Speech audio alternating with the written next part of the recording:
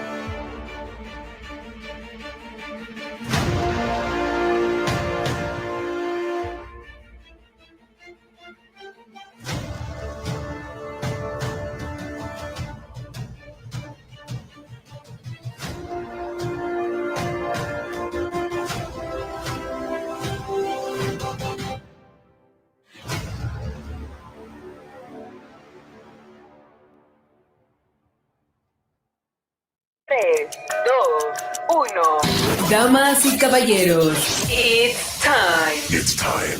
Hold on tight for the best behind the mic. El guapo, el mejor. Ay, guapo.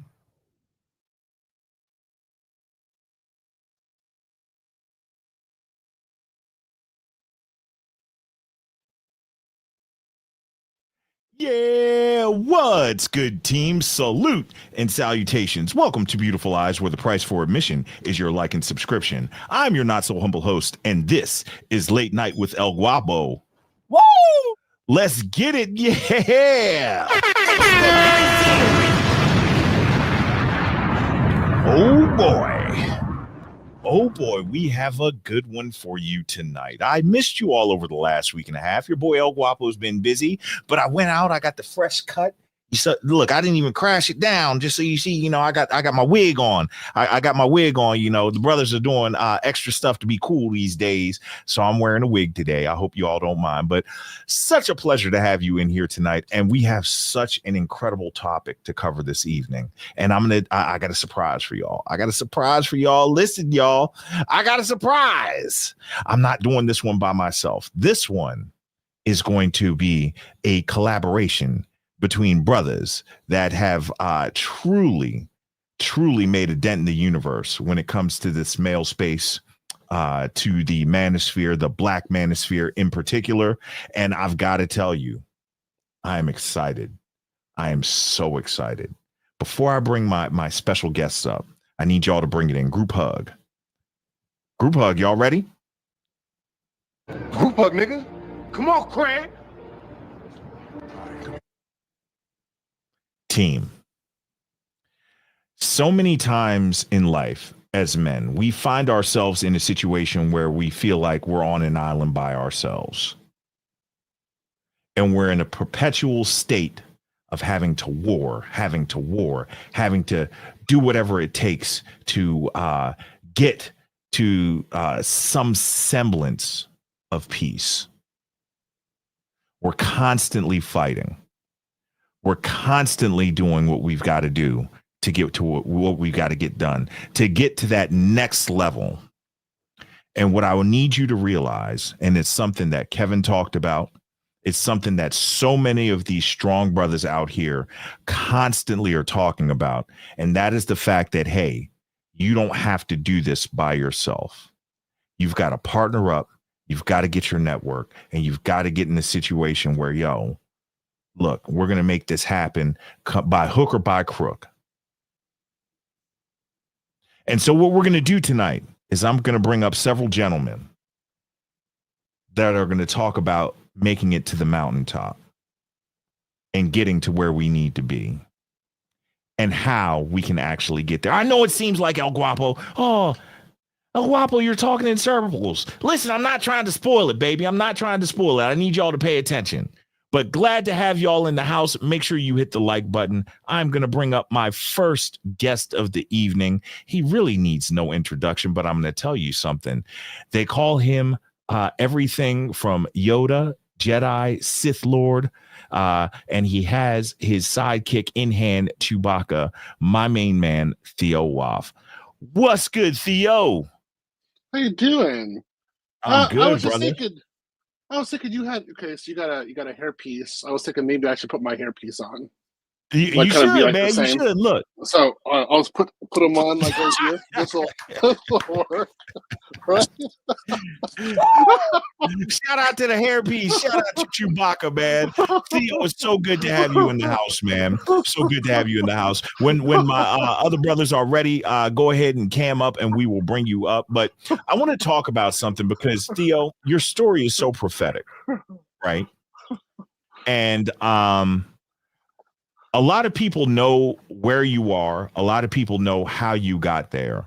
But I think it's important for the layperson in the room. One of the things that I learned in public speaking is that you absolutely have to ensure that you speak to the lowest level of knowledge and understanding in the room. That's not a diss, but there's no point in speaking to an audience and you're talking over their head.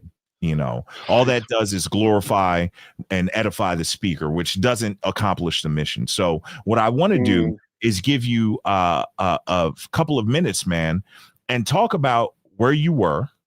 Like it says that Theo Waff homeless in Brazil. Not yet. But where you were and where you are. And that fight that you had to fight to start getting some semblance of peace. I'm going to give you the screen. You ready? I'm going to let you take it over, baby. Let's do it.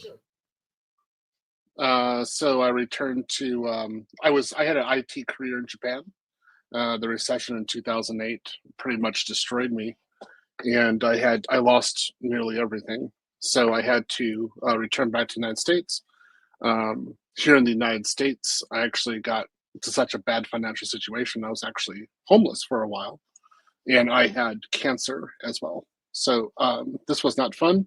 I had no insurance. I had no way of recovering, and basically, I learned a lot during that time period. I learned how to deal with the American employment system, how to get jobs, how to do like send a resume, how to deal with recruiters. And I always said the two reasons why I was homeless, besides spending too much money, was I didn't have a proper network and I didn't have the proper training. And that's what I really needed to have. So what I did was I focused, once I got a job, finally, I was still working in IT, but I was working remote. First thing I did was start working on my mental health. I took some therapy for a while, and I started putting money into training and getting my materials a bit better. And I did a step-by-step process over 6 years, and my salary went from $23,000 a year to 300,000. That was first 6 years, and then for the next 3 years, I went from 300,000 to 600,000, and that's when I started doing cloud. So then, yeah, when COVID hit, I was very much in a good position to really capitalize on work from home, and I just kept on doing cloud architecture and helping. I was in the Manosphere as well, so I was under Kevin Samuels' group, right, and Okay. definitely listening to him a lot. And the thing that got me was that I told people that I was making $600,000 a year. They're like, "We don't believe you. You're a black man. We don't believe you." And I was Right. like, "Okay, so then I'll how about I say I make $300,000 a year? I make 300,000, and they still didn't believe me. That ticked me off, and I was like, "Okay, well, I'll just build a bunch of people that make $300,000 a year. I can go out and do it. I mean, I have the money for it." So I started to create the Conclave. The Conclave, this is the Black Manosphere Conclave. The first one was in Atlanta in 2021. Of course, Obsidian was there as well. Yep. And I paid for the first one and the second one. So the Mumia, Mumia, I always forget how to say it. I just think Obsidian experience in my head. Sorry, Obsidian. But that was in Philadelphia in in 2022, and I paid for that one as well. And what I was doing was I was showing black men that I could train them to get careers in cloud, and I really needed them to trust me that I could do it. And I was like, I'm so confident that I can do it. I will pay for the conference, and you can get into this class for free with me. Let me pause right there real fast. Hold on. Stop the show, as O'Shea would say. When you say you paid for it, are you actually saying that you paid for the entire conference? Yeah. So, I mean, Okay. A lot of guys' hotel rooms were free. The conference was free. The food was free. I mean, everything was there. All you had to do was show up. And some guys, I paid for their airplane tickets to get over there. Yeah. So let me ask you this real fast, Theo, and I hate to cut you off. Sure. Why in the world going from $23,000 a year to, in reality, $600,000 a year, but cutting it in half so people would believe it, to $300,000 a year? You had made it out. You're out of the game, baby. Why would you do that? Why would you pay out of pocket for a conference or two conferences? Because the narrative had to be changed. And Gotcha. I was sick and tired of how the narrative was against black men. And with Kevin Samuels, I'm seeing how black men are being treated, and I'm becoming utterly outraged. So, I of course, I'm a passport bro. I've done over 20 years abroad. So I was just going to go back abroad and have my money and just leave, right? And I recognized, I was like, no, I need to take people with me. I need to build them up. Are you the black male Harriet Tubman of the Manosphere? You had to go back and free more slaves? Hey, they say he came to set the captives free, brother. He came to set the captives free. That is incredible, man. That is incredible. Yeah, Theo, go ahead. I'm listening. No, I've been called Moses as well. Hey, shout out. Hey, pardon the Red Sea, man. Let's go. Let's go. Yeah. Listen, I want to bring in our next guest that definitely doesn't need any introduction. This brother is Richie Mack says that the only person that has a better voice and better vernacular on YouTube than me is him. And I got to show some love to my main man, Andre, from Andre and Andrea Love Crossing Borders in the building. What's going on, Dre? How you doing, sir? Man, I'm having a great day, man. I am having a wonderful Friday. Shout out to all you guys out there on a wonderful Friday evening from each one of our broadcasts. So I hope all you guys continue to support the channels by way of PayPal, Cash App, and Super Chats. And I have been sitting back in the wings listening to Theo's story of how he started with little and through focus and humility continues to grow beyond what he ever expected. So you heard Theo talk about being homeless and having to come back and make things happen, and from the depths of despair making it to the heights of triumph. I know you're a Detroit native, man. And Andre, I've been blessed to hear your story before, and it is so profound. Do you mind taking 2 minutes and sharing with the team? I'm going to give you full screen, sharing with the team what you've been through, because right now you live where? I'm in Cali, Colombia. You're in Cali, Colombia, not Colombia, Colombia. I wonder if the reason you call it Colombia is because you might be involved with a Colombian significant other. Is that possibly the case? Yes, I am married. We'll be married 6 years. We've been together 7 years. We'll be married 6 years this December 13th. Praise God. I love it, man. I absolutely love it, man. So check this out. I'm going to give you full screen. Now, I'm using StreamYard. You know, I'm an OBS boy, just like my main man, Andre. But let's see if this works. Okay, here we go. Nope. That did it for me. Hang on. So what do I have to do this? All you have to do that didn't work either. Right in the right corners of each box, there are 3 dots. Click on those 3 dots and you'll see solo layout. There we go. There you go. That's why they pay you the big bucks, man. So tell them about Detroit, man, because your story is incredible too, man. Oh, man. Just like a lot of you guys have already heard the fact that I was just whatever stereotype of Detroiter in the 90s and the 80s doing illegal activities that you thought. That's who I was, a stereotype. I didn't know any better. I didn't think about doing any better. Even though better opportunities came to me, I continued to walk in the stereotype. I said that on purpose. Even though better opportunities came to me, I kept walking in the stereotype. And because I kept walking in the stereotype and not taking advantage of better opportunities as a youth, I ended up incarcerated in the federal penitentiary for up to 10 years. What did I do with that 10 years? I focused on, just like Theo did, I focused on revamping, recreating, restructuring the man that I was.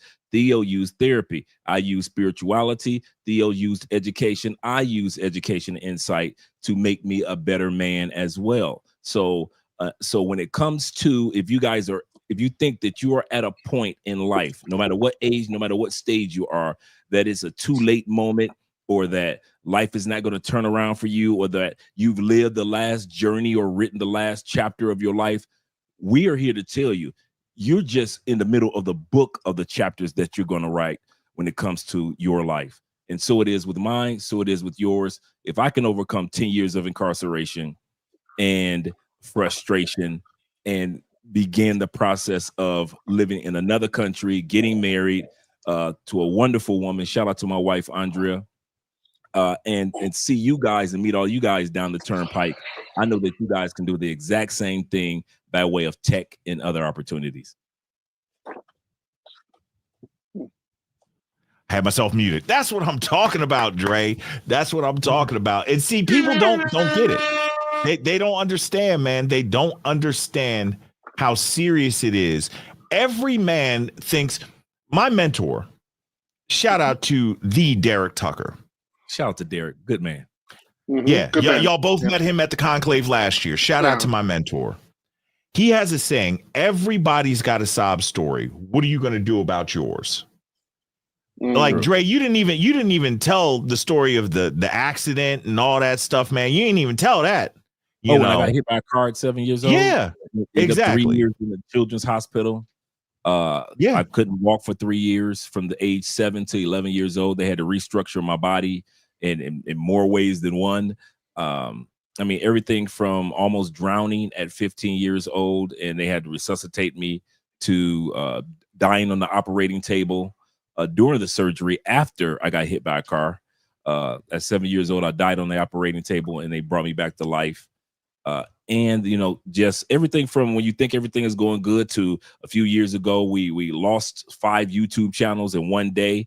But I remember these are all part of your journeys. You can't let them throw you off. It's all part of writing the chapters. Every chapter in your life is not going to be the good ones. But the beauty of it is how much you overcome, and the story that you get to share, and also how you can encourage and help others overcome their trials, their troubles, their tribulations, so they can see the sunshine of life as well on the other end. And that's what it's all about. That's what the Conclave is all about. Men networking with each other and helping each other see the opportunities on the other side of whatever storm they might be going through. Right, exactly. And here's what I'll say, because we have the back is completely full with guests, and I got to bring these brothers up because people have seen us and we've told our stories numerous times. But here's what I know and I understand is that just like Theo could have ridden off into the sunset, brother, you are in one of the, out of all the places that I've been in Colombia, and for those of you that don't know, like Dre, I have a Colombian wife. All right. Yes. Shout out to Labea. Shout out to Labea. Upstairs with Guapito reading them stories and stuff, man. But I have a Colombian wife, and it would be so easy. It's Friday night. It's nice and mild, a little bit humid outside. I could have pulled I have what's called a smart screen. So I have I'm supposed to use it for video conferences, but that's the TV I pull out by the pool. So we can sit on the lounge chairs, turn the pool lights on. Just had the lawn done today. Shout out to Mark, my lawn guy. And we could have been watching Naked and Afraid or been in the pool having a couple of drinks, man. But right now we're here with you. And team, there's a reason we're here with you. Theo paid for 2 years out of pocket to try to get this message through to you. And Theo, I've got to say, I'm glad you stopped doing that. Here's why. People tend not to appreciate what they don't have to sacrifice for. Go ahead, tell them, Andre. People tend not to appreciate what comes free and easy. One of the other things that my mentor talks about is fighting to get in the room. You have got to fight to get in the room, to get around the people that have tried, failed, and adjusted, that have failed, adapted, and overcome so many pieces of turmoil. And when you're in a room full of winners, of victors, you're going to see, hey, my struggle is not necessarily rare. It may be unique, but it's not rare. We all go through struggles. We all have to go through this crucible of fighting our way into victory. And not only do we get to enjoy the fruits of our labor when we're done, but we earn the respect of those that have been on the same and similar paths to get to where we got to be. And it's so profound, so profound. I'm waiting for our last special guest to cam up. Are you camming up, my main man Obsidian? I'm waiting for you. I want to pull you up, brother. There he is. Hey, and look, the man of the hour. Look, I got to say this. There we go. One of the originators, and you're muted there, sir. Just make sure you unmute yourself. One of the originators of the Black Manosphere. This man is a wealth of knowledge. He is a walking historian, New York Times best-selling author, and I am so proud to be affiliated and to have met this brother. The first time I met him, he was a little standoffish. He was like, I don't know. He's like, look, I don't know about this Guapo guy, but man, I call him a dear friend. I have, dual copies of every book that he's ever written. Yeah, because I bought them first, and then I got them signed from you at the conclave as well, brother. Yeah, I remember that. But I absolutely want to give the stage to Brother Obsidian, and I want you to just talk about your fight, man, because you're from Philly originally, yeah. Yeah. I mean, Yeah. I'm about a stone's throw away from Wharton, so I guess that tells everybody where I live. I'm a stone's throw away from Wharton, University of Pennsylvania, Wharton Business School, and been living here for about a decade now. And was born and raised in the Germantown. Well, I was born in North Philadelphia, but I was raised in the Germantown section of Philadelphia. Graduated Germantown High School, go Bears, class of 1987, and spent a 22-year career in the skilled trades until early 2009, where I took a bad step, and that ended my career, and that wound up with me walking with the cane. This right here is specially designed, by the way. This is my own design, inspired by Japanese swordsmiths. This is composed of a 5-layered hickory wood special press laminated process infused with special polymers. There are special canes made for obese people. They're going to undergo gastric bypass and so on and so forth. Those metal, heavy-duty special canes have a weight-bearing limit of 350 pounds. This right here, like again, composed of 5 layers of hickory, laminated in a special laminating and pressing process, and infused with polymers to make it even stronger. This will withstand over 1,000 pounds of load. And it's wood. Wow.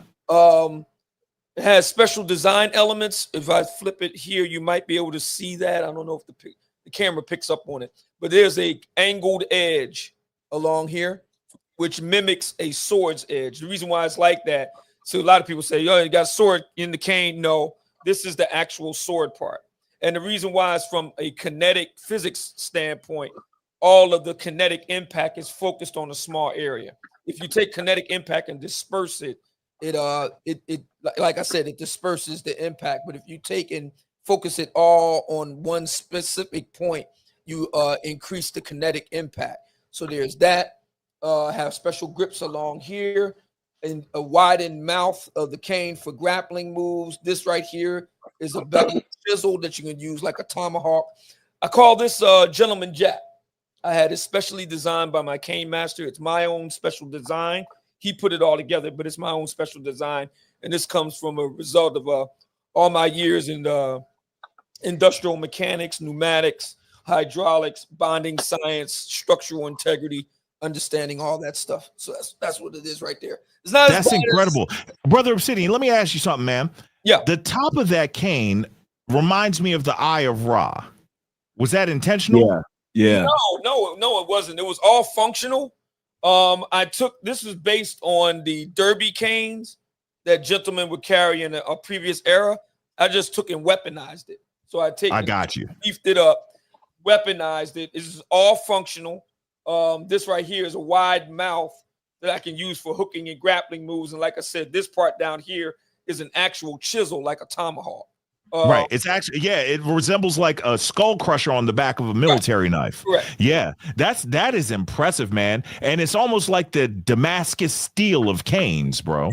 Yeah, because all the layers of hickory in it. I love it. Layers. I love it. Listen, so can you please share with the audience, you had your accident, and I work in maintenance. I just happen to be the boss now, but I've worked in maintenance for 28 years, technician, engineering, those fields and stuff like that. And one wrong move, one bad accident can definitely put us in a bad situation. But let's talk about your transition from that to being a voice of a movement and a New York Times best-selling author, if you don't mind. That was not something that I had planned. I was laid up in bed one day. This is early 2009. I had just turned 40. So that gives you, I guess, how old I am now. And I was tooling around on my laptop, and I had stumbled across this guy named Paul Elam. And he had written a piece. It was on the Newsmax website. I think if it was, I remember.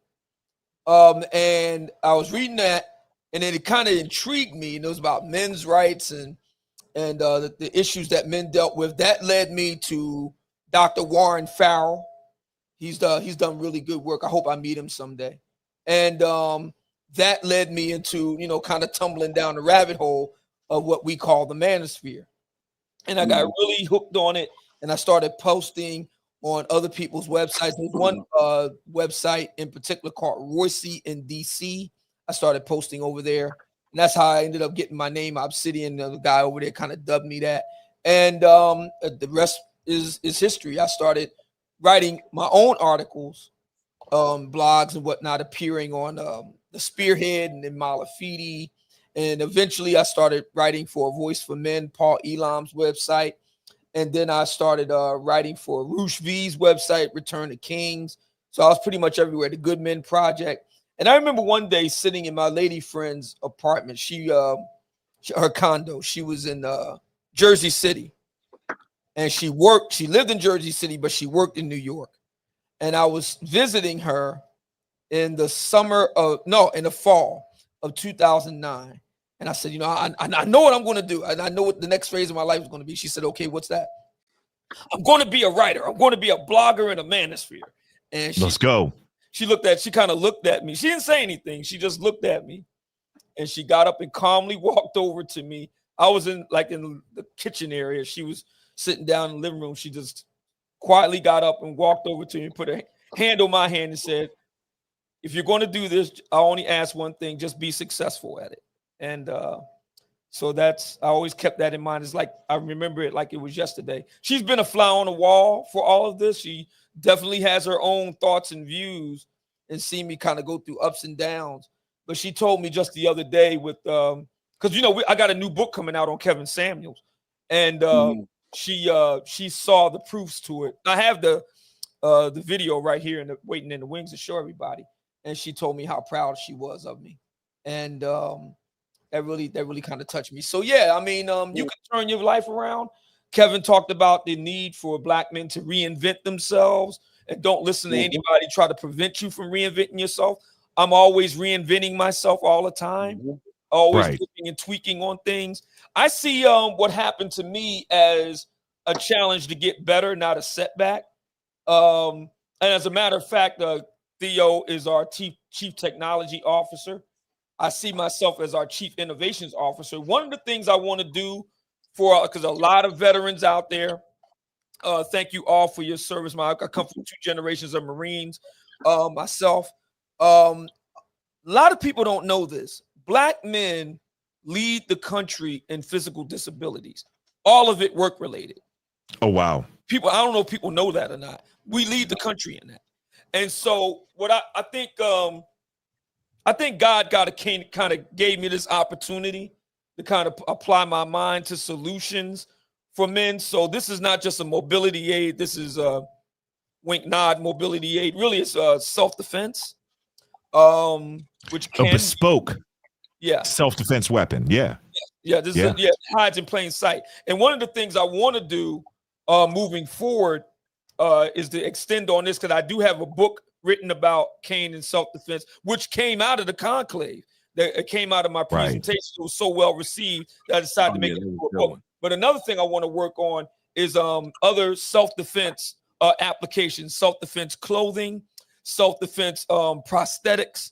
I want to go into those fields, for self-defense, high impact self-defense prosthetics, prosthetic limbs and whatnot, as well as self-defense clothing, jackets, and other pieces of apparel that, have light ballistic resistance, tear resistance, knife resistant, stuff like that. I want to go into those fields as well.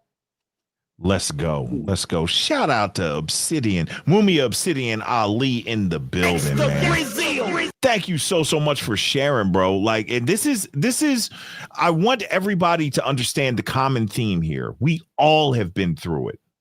Absolutely. But the people that get to tell the stories are the ones that persevere. And here's the beauty of what we're talking about tonight is you don't have to do it alone. Black Manosphere Conclave 5.0 is this September 5th through 7th in Miami, Florida. There is still time to get in the room. I highly encourage, by hook or by crook, within the confines of morality and the law, right, Andre? Absolutely correct. Within the Absolutely. confines of morality and the law, if you can get there and be in the room with brothers like Theo, like Andre, like Obsidian, like the myriad of other speakers, like the myriad of gentlemen that are second, third, fourth time of attendees, folks that have been in Theo's DevOps class and have moved from struggle to victory, who have tried, failed, adjusted, and now are not just looking to sit on that beach like we have in the thumbnail, but to reach back and help others. Theo, very quickly, your class, not quickly, I'm not rushing you, sir. Your DevOps class. This is the last class that you're taking attendees for how long? 2 years. So Yeah. 2026, there will be no new people in the class, correct? That's correct. So we're having to do AI, and there'll be 2 sections of AI. So it's going to be what I consider to be static, or like kind of like a basic implementation of cloud native AI, and that's going to be with Bedrock and Vertex. We need to actually teach the guys how to use it, how to implement what's called machine learning ops or ML ops, and it's going to be different kind of pipelines. So this is a lot of work, and you guys are well aware. For us to promote this, it takes a long time for us to do it. Everything that's necessary for the conclave, and the reality is that we need to put our heads down and grind for 2 years at least, Right. or at least 22 months. Like, we just need to really go for it, and it's going to be a lot of work. And I'm trying to get at least 100 AI cloud engineers who are employed by the summer of 2027. So these are 100 new guys, 100 primarily black men. Almost the entire class is black men. There are some other non-black people in the class, but shout out to AA really, Ron. yeah. Aaron's definitely there. He's one of the teachers this year, so he's going to be doing quite a lot. But it's we're trying to get 100 black men at least by again summer of 2027 to be employed in AI cloud engineering and AI cloud architecture, and those jobs are going to start at about $180,000 a year and go up from there. Yeah. Woo! Shout out to 180 grand. That's more than I make for my 9 to 5. It is. So, but man, it is beautiful. Listen, team, we have been given so much love and support. Can we take a 3-minute intermission, and can I recognize all of the super chats, the people who hit the King's Ransom? Can I please recognize these folks, if you wouldn't mind? And then for my new guests that are waiting in the green room, go ahead and cam up if you are willing to do so. Get ready, because we're going to bring you up, and let's tell the stories of what the Conclave has done for you, if you don't mind. So I'm going to grab the screen, team, so I can do all of this effect stuff. Y'all, hit the daggone like button. Let's go, man. What's going on here? We got 139 people in here. How many likes do we have? Somebody drop the like count. I can't see it. I'm not used to this StreamYard mess, man. I'm not used to StreamYards. But you guys, please hit the like button. Share this. This is an opportunity. It's not about, we're trying to make a couple bucks off of you. We're trying to help you. If people here are making 300,000, 600,000, living in Colombia, New York Times bestselling author, even old Dusty El Guapo with his, cheap suits and his fake grass on the wall and his Afro wig on, I'm telling you right now, we don't we're not doing this for the money. We're doing this to help. So I highly, highly suggest that you get in the room. Get in the room. Shout out. Now I got to figure out how to do this with StreamYard. Oh, shout out to Danny Arnold in the building with the $10 super chat. Praise God. Says, I used to have a pair of Arnis sticks that were polygonal instead of simply cylindrical and came to an edge similarly to his cane. I'm always keeping an eye out for those styles of Arnis sticks now. Shout out to you, Danny Arnold. Let's go. And shout out to Brother Obsidian for telling the truth, man. Thank you for this super chat. You get the left, the right, and the center. Boom. Shout out to David Dice 6687 in the building with the $10 super chat. Praise God. In all caps, bro. Say it with your chest. Say it with your chest. What does El Guapo, Andre Spence, Kevin Samuels, Richie Mack, Dennis Sperling, Ronin Travelers have in common that I follow quality wives overseas and being quality individuals? Uh-oh, man, you going to start some ish, man. Don't do it. Brother on my arm, no brother on your arm. Oh, boy, don't start, man. Don't start, David Dice. No, sir, no. Jail. But facts, let's go. Let's get it. I appreciate you, and so does Bartles and James. Thank you for your support. Shout out to my main man, Growth Talk with Kofa in the building. Hit the buttons, El Guapo.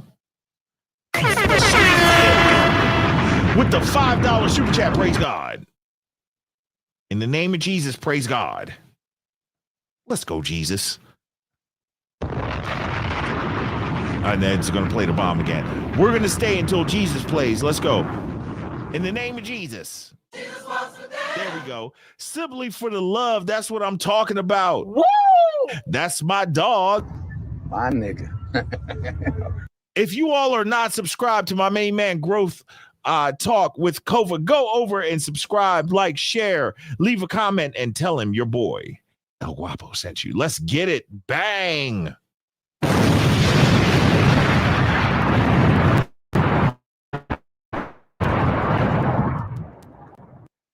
Did you mess up and send it back to back? That's what I'm talking about. Yeah. Woo!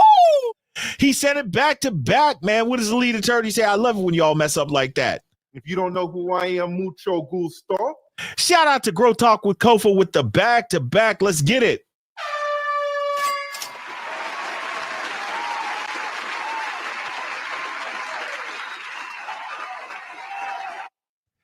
Gotta show some love for Black Nubian TV in the building. Extra Brazil with the $2 Canadian. Praise God. No question, no comment, just a pure love of the game. Shout out to Lee. You get the incoming. Let's get it. My main man Ron Saluki in the building. Yeah. With the 2,000 Japanese yen. Let's go. My nigga. No question, no comment, just a pure love of the game. Shout out to Lee. Man, and you know what you get for that 2,000 yen holler. You, my friend, have unleashed the Jericho missile.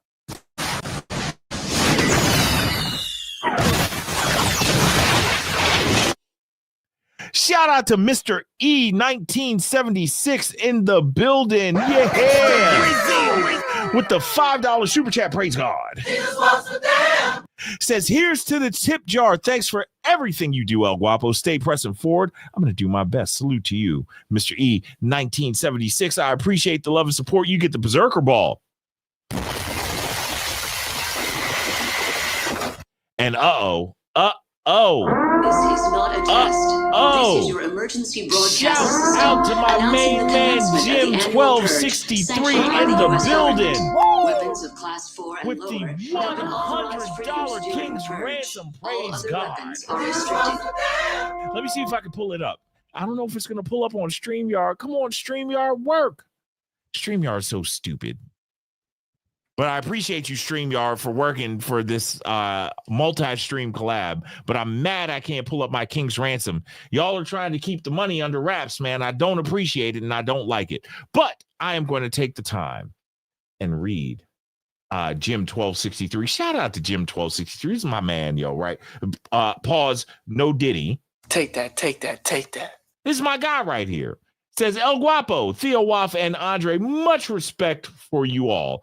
Sometimes I need to show some appreciation and drag my dusty boots through Kingmaker Studio. Keep doing a great job. Listen, and look, this is how he does, man. This is how we all start, bro. It's like, man, you know, we're trying to have a good time. We're trying to sit here and talk some good stuff here, and somebody like Jim comes through. I run shit here. You just live here. And he wants to drag his dusty boots. Now, Jim, I'm going to have to owe you because I don't want to pay all the F your couch on this live stream, but I owe you one, man. I owe you one. I promise you I'll get you on the next one. But here's what we will do. We will play a little bit of Dancing Girls, just a smidgen, a modicum of Dancing Girls, and we're going to let you dunk on them. Let's get it. Na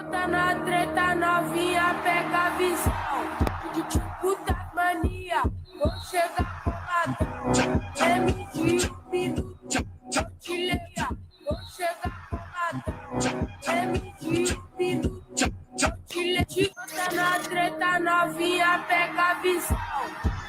Puta mania, vou chegar boladão. MG, o minuto, vou te levar ao céu. Vou te catucar, fazer o andão.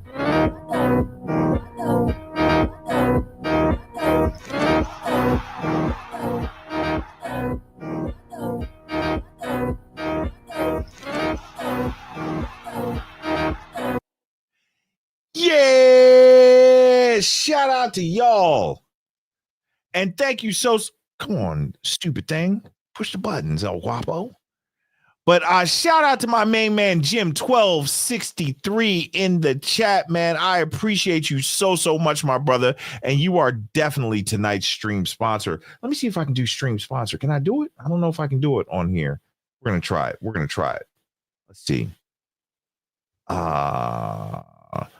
Let's see. Hang on one second, team. We got to do this for Jim, man. This is important, man. This is important.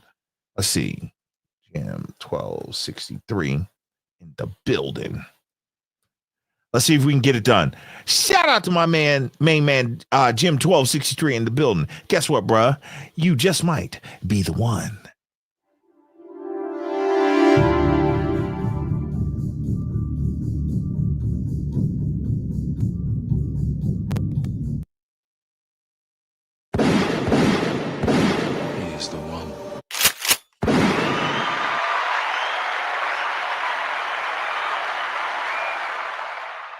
Jim 1263, thank you so much for being tonight's stream sponsor. We appreciate the love and support, especially on a special night like this, man. Jim, I don't know if you're coming to the conclave. I know you might not be as black as you think you need to be to come, but come on through, bruh. Come hang out in Miami. Come to my my breakout session, the raw truth about dealing with international women. You don't want to miss that, bro. I'm telling this story. I'm doing this one time. I'm taking everybody's phones. I don't care if you're Theo. I don't care if you're Obsidian. There will be no recording devices in there. I have an assistant that's coming down there. And yeah, you're going to be in that joint and you're going to hear what it is. And then Jesus said, don't tell this story anymore. So this is your one and only time. Jim, come on through to Miami, man. Everybody drop a Jim 1263 in the chat for tonight's stream sponsor. Let's go. Woo! Love you, Jim. Appreciate you, man. Let's get it.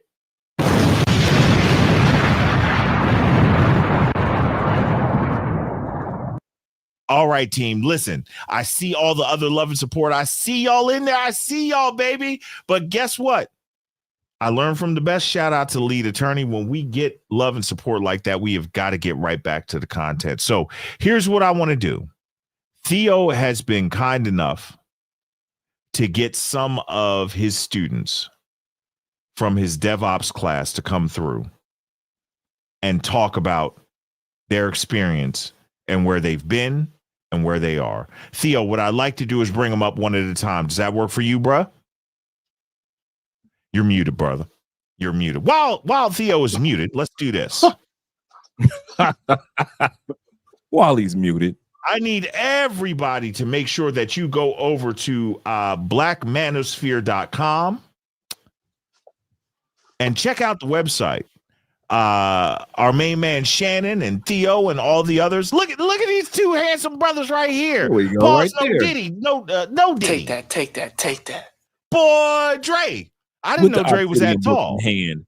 Look, I saw Dre. I was like, Dre might punch me in the face for real. I didn't realize he was my height. Huh? Right. I didn't realize how tall you were, man. Dre is not a little dude, man. No. But this was Black Manosphere Conclave 2024.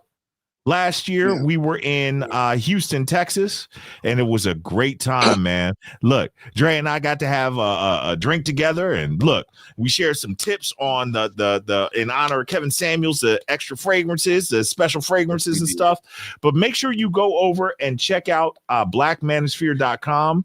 All of the stuff is in there that you need, including the breakout sessions. I want to show you this. If you go to events right here,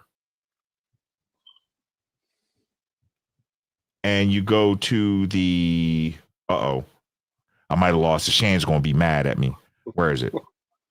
Tag, where did I find the breakout? I was just here earlier. If we go here, nope, that's not it. I'm making myself a liar. Somebody help me out. Where do I go? Is it meetings? Yeah, I think it's meetings.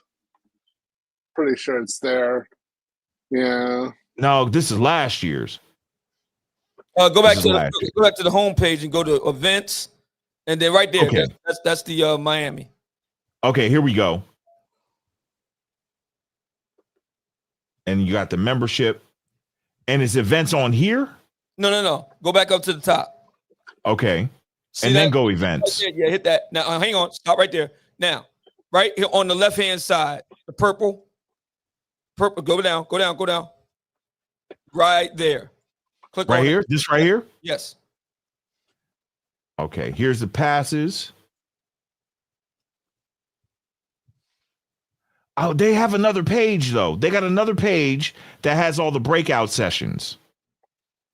I will find instructions for it. Somebody dig into this. I appreciate it, Obsidian, but I was looking for the actual breakout sessions because he has it up now. I think it's a separate link. Hang on. Yeah. But I want you all to make sure that you go and take a look at this, because check this out. Who else doing a breakout? Theo, I know you're doing a breakout. Obsidian, I know you're doing a breakout.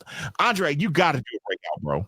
Oh, I got one. Yeah, I got everything set up. The class is 5 steps to relocating outside the United States within 5 years, 15 years, or even 5 months. So I'll be showing you 5 easy steps that'll give you a foundation of being able to relocate outside the United States. So I'm gonna call ICE on you because you're taking all this good money I got ICE members out of the United States. If they got reverse ICE, I'm gonna try to get you kept here. No, bro, you are not teaching that class, man. Absolutely not. But that's a beautiful thing. Yes, sir. Theo, how many breakouts are you doing, brother? I'm doing 5. I've sent you a link on email. So I'm doing 5, and they're all focused on AI. So one of them is going to be on AI and security, and another one's going to be on how AI will replace people's jobs. So how do you deal with it? Like, what my point is that you want to be the person crafting AI, not AI crafting you. Right. Good one.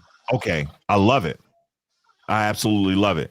Obsidian, I know you're doing more than one, right? Yeah, I'm going to be doing something on cane and walking stick self-defense. Also going to be teaching sexual IQ. That's been a topic that a number of brothers have quietly conferred with me about. So we're going to talk about it. And then I'll also be doing my presentation to kick everything off. I'll be talking about a number of things on Friday. So I've been doing a lot of work into, I guess you could say, mating market dynamics. Right. Things I've been really looking into of late is what I call transactional black love. So we're going to be talking about that and some other things too. Man, that's incredible. And there's so many other speakers and people that are going to share the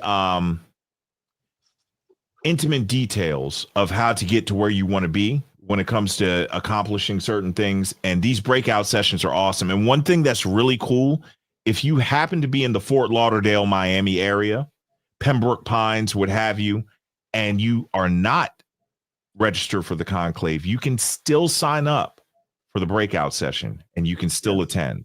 Now, I think that's putting a little bit of the cart in front of the horse, but if you can only come to one, I would definitely go to a breakout session too. You like go and have the chance to get in the room and everything. And I believe you'll be motivated. You're like, look, I'm gonna do what it takes. I need to be in there. So, Theo, do you have a specific order you would like to bring these gentlemen up? I think you can do it as you want. I mean, Yah is back there. I think he'd be great, and Law should be there pretty soon. So you got. Gotcha. I don't know how many people are back there, but yeah, I know those two would be. That's probably where you start. I see the gospel. I see Black Muslim. I see Maurice Law. Yah. Yeah. Okay. Mm-hmm. Yeah. Black Muslim, you are cammed up. Are you ready to go, my friend? Shoot me a thumbs up. My guy, there we go. What's going on? Life is good. Life is good. Good evening to you, my young friend, man. Listen, we are T-minus 13 days in a wake up until the conclave. Are you ready? No. Sir. Ready. All right. So do me a favor. You are clearly a product of the Black Manosphere, the Black Manosphere conclaves, and Theo Wops DevOps class. I'm gonna give you the mic. Tell us a little bit about where you were before you started and where you are now in that process, okay? All right. So I started off one stressful night on the couch. I was looking at IPs. I was ready to go, ready to get out of the States. So I'm looking around. I found the channel IP. He was talking about like finding women in different countries. I was like, oh, okay. Real fast, IP is international passport, correct? Yeah, that's correct. Yeah, international passport. Gotcha. Okay. And so I was checking his channel. Then I came across Morocco, a couple other countries, Brazil, Colombia. Shout out to all the brothers with the Colombian wives. I was thinking about it. I was like, okay, how I'm gonna do this? I got to be able to work remote. And so he started talking about learning Python, and then he started talking about Theo's class. I'm like, somebody put this stuff out there and it seemed like a scam. You know what I'm saying? Like, it's not real. You're gonna get tricked. I was like, what I got to lose? You know what I'm saying? I go in if they're fake. He's not charging crazy price. So I said, okay, I'm gonna go. So I ended up going to the Atlanta conclave. Met Theo in person, straight up real guy. Met a lot of other brothers, you know what I'm saying? And from there, I just started studying. And, now I haven't got the job yet, but I'm in the position, I'm in the process, right? Like I'm doing interviews quite often, actually. And every interview is at least 140K. So let's hold on 1 second. Pause real fast. So let me ask you this. How long have you been studying? So, I'm a family guy, so it kind of gets in the way, but I've been studying since class 5. So that would be almost 2 years. Almost 2 years. Yeah. Class 3, you mean? We're in class 5 now. No, I'm sorry. We're in class 7. You're right. I'm sorry. We're in BM 5. Yeah. So since Atlanta, right? Mm-hmm. And how many certifications do you have? I have 3. So I got 3. Which certifications do you have, sir? The CCP, SAA, and the Terraform cert. And I'm about to get the PCA cert as well. That's pretty impressive. That really is. In under 24 months, man. Yeah. Man. It's the thing is, man. What we learn. For me, I come from construction, so this all makes sense because you build a house, you build a network, and you build infrastructure for, applications. It's kind of like, for me, it's kind of a flow. So I really, really like it. Even if, I kind of wish I had learned about this when I was younger. This would have been my entire career. I really enjoy putting parts together. So yeah, like, you know, joined Theo's class, man, and really enjoyed it. I ended up going out to Morocco, getting married. So, you know, shout out to the passport, bro. Yeah. Love it. Yeah, so, you know, all those good things, man. So yeah, that's pretty much it, man. I'm waiting right now, just going through interviews, and when I get the job, then I'm on to the next move. Are you gonna move to Morocco? So yeah, I've actually already started buying property in Morocco, and you know, families out there getting ready to do a few things actually. So trying to get Theo to come out, but he keeps talking about Brazil. I don't know. Moroccan women, Brazilian women, they're almost the same. One speaks Portuguese, one speaks Arabic. Let me tell you, Brazil is whack.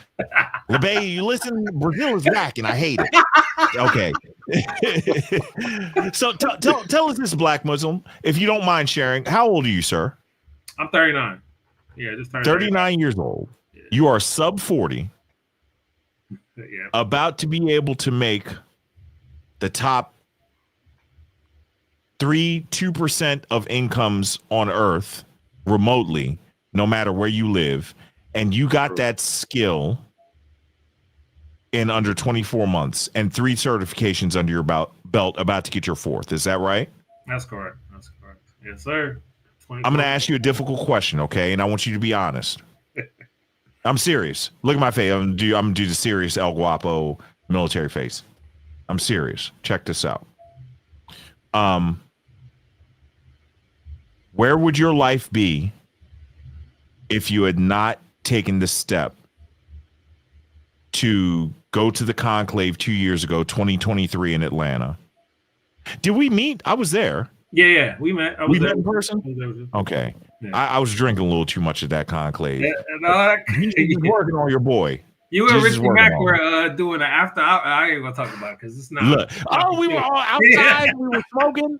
Yeah, we were out on the balcony. Yeah. Okay, yeah, I remember. Okay, yeah, but honestly, man, where would your life be? Where do you think it would be right now if you had not taken the leap of faith, invested in yourself, and gone to that conclave in 2023? Honestly, where do you think you'd be? I probably would have lost hope, man. Seriously.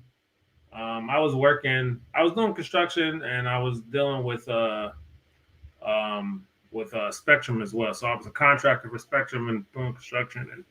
And it was Spectrum, what they did was they trying to commercialize the entire installation industry. So they basically used the COVID pandemic to force us to do, you know, installs for free, basically, or for the price of a trouble call. I don't know if anybody knows about this kind of stuff, but it was basically like taking away contractor pay and making us into W-2 people. So we were making like, you know, 60% of what we normally make. And so we were losing a lot of money, and a lot of guys to this day don't have work. And I try to tell them like, hey, you should come, but they be like, nah. But yeah. I probably would have lost hope, man. I mean, not really lost hope, but like I probably would have been down, you know, so especially in this current economy. I don't mean to put words in your mouth. Do you think that you would have accepted mediocrity? Oh yeah, definitely. Yeah, definitely. Yeah, you got to take care of the children regardless. So yeah, definitely. Let me tell you something. Another thing is that my mentor talks about all the time is accepting what's good and forsaking what's great. And what you all have right now is an opportunity to be great. Yeah. It's an opportunity to be great. Black Muslim, I can't wait to see you down in Miami, my friend. Listen, I'm going to have a couple drinks with y'all. Now I'm taking a break. Your boy El Guapo, look, I might come back. You see, I cut my beard. I'm trying to be clean face and fresh now. I used to have a long beard like Santa, you know, but I cut my beard. I'm trying to clean up the image a little bit, man. But thank you so much for your time. I appreciate it. And let me say something real quick. So again, Black Muslim has been really great inside the class. He's really helped a lot of guys who are struggling and having a hard time. So he's going to be one of the teachers in class 7, and he's going to be helping guys who really are having fundamentally hard times with computing and with cloud. So again, I very much welcome you as a teacher. You could be great, Black Muslim. And again, I've been given shout outs to some people to try to get you employed in cloud. So let's hope some of those shout outs working for you. All right. Much appreciated. Here's what I know. You're closer than you think. I promise you that. I know it's going to happen sooner rather than later, man. So salute to you, man. Thank you so much, Black Muslim, for coming up and giving your time, man. And we're going to drop you down and bring the next brother up. Let's go. Question for you, Theo. And I'm going to put it up here on the screen. Let you answer that. Jasham7627 says, how do we sign up for Theo's course? Pray tell. Okay, so in order to take the course, you have to go to the conclave. And this has always been the rule since Atlanta in 2021. There's been a few exceptions for this, but for the most part, you have to go to the conclave. So if you sign up for the conclave, then you also have to sign up for my course. It's called the Azure DevOps Lab. That's what it's officially called on the site. The reality is that it has transformed, and now it's a 2-year cloud and AI course focusing on AWS and GCP. We do use Azure DevOps as a tool. So we're really looking forward to having you guys register, but that is the process. You have to attend the conclave. You can either do it a virtual pass or in person. Either one is fine, but you do have to attend the conclave, especially if you're a new person. We do not make exceptions for this for the new guys. Love it. Thank you so much, Theo. Appreciate it, my friend. All right. Let's move on to the next one. And team, I see all the love and support. I promise you, I want to move through these gentlemen that have given their time and are willing to share with you. Let's bring up the Gospel of Saints. Are you going to cam up? I see your camera on. No, that's not a person. That's my new book. That's the book. Yeah, I just did something. I put my publisher sent the galley proofs. Hang on a second. I'm trying to pull it up right now. Hang on. Yeah. Why is it not? There we go. Why is it not coming up? That's weird. Oh, there it was. Yeah, there we go. Yeah, my publisher sent me a galley proof video. This is the galley. Will you have that at the conclave? Yes. This is the book that Kevin and I talked about shortly before he passed. Our last conversation, he used to call me every day. And our last conversation, Gospel of St. Kevin Samuels. Yeah, it was Easter Sunday, 2022. So I wrote the book. This is the definitive record of his teachings, all directly sourced from his YouTube archive. It's the only, there have been several books that have been written about Kevin, but this is the only one that's officially sanctioned by the Kevin Samuels estate. His mother and his daughter have the manuscript, and people that are real close to the estate have it. They've given it his blessing along with Kevin himself. So 418 pages, 26 chapters, 13 for men, 13 for women. This is the Conclave Special Edition. As you can see, it resembles a Bible. That was the original galley proof right there. The next one that you'll see will be the one that's actually that one right there. It's in shrink wrap. It's got the gilded edges, gold gilded edges, satin ribbon marker, leather covers, gold foil stamped, covers front and back. That's the Conclave edition. It will only be available either at the conclave itself or through our website, www.blackmanosphere.com. It will not be available in stores. There will be a paperback edition and an ebook Kindle edition that you can get anywhere. You can also get those from the website as well. But this special Conclave edition will not be available anywhere else other than the conclave itself or through our website, www.black.manosphere.com. Bruh, I love it, man. And Obsidian, so I know you don't talk about this often. Yeah. But I was in the live stream where Kevin promoted your first book. Yeah, that was wild. Can you talk about the impact that had? Because one of the things I'm going to be talking about networking and the power of your network at the conclave. And one of the things is we're all older gentlemen. You guys ever watch the A-Team? Yeah. Hannibal, B.A. Baracus, Face, those guys. Everybody had a specialty, and Obsidian, clearly you're the author. But Kevin had the voice. He had the audience at the time. And how much of an impact was it for him to talk about that first book? And I remember him saying, I normally don't promote stuff, but this is my friend. I will never forget it. I was in there, bro. Yeah. I was laid up sick as a dog. It wasn't COVID. I had a major back flare up, the whole work injury. Every so often I have a flare up, and that was one of them. It was the summer of hell, I called it. And I'm laid up in bed one night in agony, and my buddy Zamani Feelings, he's a major photographer here in the Philadelphia area. He called me. He said, "Yo, man, Kevin is talking about your book." And so I kind of hobbled out of bed just to go to my computer to see what's going on. And sure enough, there he was talking about the book. That night, my book shot to #1 on Amazon. To be fit, so that we're clear, I've never been on the New York Times bestseller list. I have been on the Amazon bestseller list twice now. I stand corrected. That's my fault. Yeah. That's my fault. I apologize. Yeah. So I that was my very first time becoming a #1 best-selling author. And that's the way it works. When you write books, you get people that are tastemakers to talk up your book. Kevin is like the Oprah Winfrey of the Black manosphere. If he talks your book up, it's going to take off. I bought the Challenger sale because Kevin talked about it. Yeah, I really did. I bought 2 copies. I bought one for me and one for my mentor, and it's a great book. Oh wow, great book. Thank you so much, man. If that was intended to be part of a trilogy.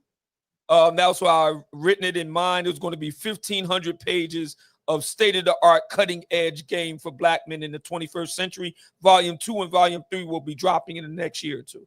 So love it, man. Absolutely love it. Absolutely love it. So here's my plan.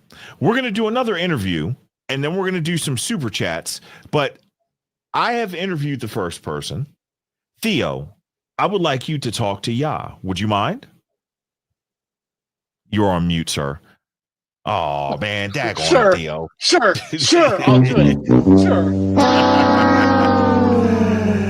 Shout out to our good brother Ya in the building. Good evening, sir. How are you? I'm doing well. How you doing, Guapo? I am fantastic, man. I am fantastic. Listen, I am going to hand the mic over to Theo, and he knows you well, and he is going to talk to you about your journey here in the Black manosphere, through the conclaves, and especially through DevOps. Theo, the floor is yours, my friend. Okay, so thank you, Ya, for being here. It's good to see you and your success. So which class did you start? When did you start this journey? I started 2 years ago in class 3, very early on in the conclave. Okay, all right. And I heard that you just got a job recently. Could you give us a few bit of details about that? Yeah, so I'm working as a cloud migration engineer, and I just received the offer letter around 2 weeks ago. And I just completed my onboarding just today. Got the ADP credentials and everything all set. Well, congratulations. This is great. All right. So you're ready to go. Okay. Yep. So tell us, how you feeling? How you feeling after all this time inside the class? You finally have a job on. What's in your mind? Well, it's still so real, because it's actually happening in reality, and honestly, I couldn't believe it. I actually did it, because the amount of sacrifices I put and the amount of work and grinding that I've done to get to this point, and yeah, it was not easy, but I kept persevering because I wanted it, that was just simple as that. And it was just unbelievable. Like it's still unbelievable. Like I was just at work. As you know, I just put my 2 weeks notice in. You know, they were, and it just felt kind of weird to know that I'm making like the job that I make and the money that I'm gonna be making. It's gonna be different. It's gonna be different. So can I ask you a quick question, Theo? Sure. So what were you doing before this, Yeah. I was working at a carpet company, and then currently was working at a retail men's suiting department. So do you mind sharing with us about how much money you were making back then? You don't have to if you're not comfortable. I'm just curious. No, that's fine. I was making $13 an hour, and currently $13 an hour. Yeah, and currently, now I don't expect a finite number or anything like that, but do you mind ballparking us about how much you're slated to make now? Oh no, that's fine. I'm about to make $175K a year. Wait, what? $13 an hour. Yeah. I'm making $13 an hour currently, which in the next 3 weeks I'll be making $175K a year. So you're making $13 an hour right now, today, August 22nd, 2025. Correct. And how long did you study in this course before you got your certification? 2 years. 2 years, 24 months. Not bad. Yeah. Not bad. Last question. I'm going to ask you the same question that we previously asked. If you had not gone out on a limb, gone to the conclave, if you had not invested in yourself and actually put in the work, because guess what? This ain't free, y'all. You've got to give something to get something. But at least in this, you're giving something righteously. Correct. If you had not done that, where would you be right now? What would you be doing? I'll still be doing the same old normal thing, going to school, trying to going in the straight and narrow way, trying to get a degree. Oh boy, y'all hold on. LeBay done came in here, baby. Why are your shorts so short, girl? Woo! Woo! Let's go. I'm just coming to refresh my scotch. Thank you, pretty. Yeah, so I'm about to leave. Bye. No, I'm just go ahead. I'm sorry, y'all. No, you good. Nah, I was yeah. Go ahead. I'm sorry. Yeah. No, it's okay. It's okay. Now, I was still going to college at that time. I was doing IT, pursuing that for my bachelor's. But what happened was that they were like not teaching me the way that Theo was teaching me, because I kept asking them to teach me the fundamentals. But what I've come to find out, they're only teaching me the overview of what I was learning. So the 2 classes I was taking was project management and web development. And yeah, there was no coding. There was no computer. I mean, there was a computer, but we weren't doing no type of programming at all. It was just mostly just reading theories and just studying. So wait. So because I'm trying, I think I missed my calling. I think my other career, I would have been a fantastic attorney, and I'm still trying to develop that good ear that the lead attorney talks about. But it sounds like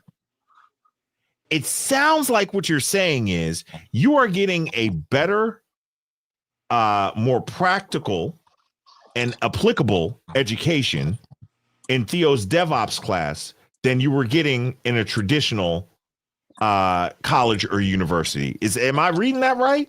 That is correct. Oh, they're gonna be mad at you, dog. Be careful, bro. They're gonna be mad, Theo. The university, Harvard's coming for you, Theo. Well, they were too busy. They were trying to get me to take out student loans, which I refused. Because are you in debt from Theo's class? No, I'm not. Theo, you didn't put them in student loan debt, bro. Damn it! I lost. We could have hustled. We could have hustled them, baby. What are we doing? Chains. I could have put them in chains. You could have put them in chains. Yeah, I didn't do it. So I want to say, yeah. How much money did you spend on the course? Oh, Good question. Well, it was just only like, it was not a lot. It was just only about mostly 1,000. That was it. It was way cheaper 1,000. when I was playing. Yeah. So You got educated for 2 years for $1,000. basically, yeah, Absolutely. yeah. That's And nice. that- Compared to That's what right. they were trying to charge me in college was like 5,000, 6,000 or more. And I was like, no, I'm not doing that. Because I got my associates in criminal justice and I paid that out of pocket mostly. Because before I got into IT, I was pursuing law enforcement, but that didn't really pan out the way I planned it. Thankfully, I did an FBI tour. They told me that if I want to go in federal, then I have to get a skill. And that's when Right. IT came into the picture. And when I found out that I could create my own robots, video games, and anime, I was sold. I was like, yeah, I'm doing it. So I spent all those times just picking up books, and which started out was CompTIA. And that's when I met with Theo. Oh, that's great. Hey, that's blasphemy, dog. What did you say? You're going to jail tonight. Yeah. What did he? Yeah. What did he just say, Theo? I gotta tell the story from the beginning. So yes. So wait, can I hold on for those in the audience that don't know, because even though I'm a bad student, I was a part of class 6. Okay. And Theo talked about CompTIA. So are you saying that your traditional college education pushed you in the way of CompTIA? Is that what you're saying? That is correct. Theo, what is the issue with CompTIA, honestly? Yeah, exactly. It doesn't give you any skills. It doesn't allow you to actually work competently, and it doesn't solve any platform-related problems. So it's a super generalist. It's basically, you can go onto Wikipedia and learn more about how to do your job than CompTIA will actually give you with education. So it's given mainly, as far as this is my humble opinion, it's really focused towards Black men and women. And it, again, see how it says, take out the college loans, do CompTIA. Just keep on doing that. And then you graduate and you can get a job that you can train to be outsourced to India. You're not competent. You don't have a specialty skill. You don't have any ability to do anything. So I would say CompTIA is great for the military because those are journalist guys. But if you're doing private sector work, you do not do CompTIA at all. No, zero. And there you go. Excellent point. There you go. Yeah. Okay. So yeah, that's impressive. $13 to $175, man. Let me borrow $2, baby. Let's go. Yeah. That's all right. Hey, man, drinks are on you with the conclave. I don't want to hear it. I'm just playing. You haven't started yet, right? This is the last conclave I'm paying for a drink. And then I've got it. Right. You're lucky you didn't start yet, bro. He's going to be on the yacht. So he's going to be on the yacht with the rest of the Theo, you're talking about the yacht? They're not supposed to know about the yacht? I You know about the yacht. Baby, there's a yacht party. Nothing. That was Theo. Yeah. So he's going to be on the yacht with us, and he's going to be able to get all the drinks he wants on there. So he'll be fine. Okay, let's go. I might actually get on the yacht. You know, when I go to Zoom Fest, I refuse to get on the yacht, right? Did you know this? Shout out to Richie Mack if you're in the building, man. If something goes wrong, I got to be able to get off the boat, man. I got a reputation to protect, right, Obsidian?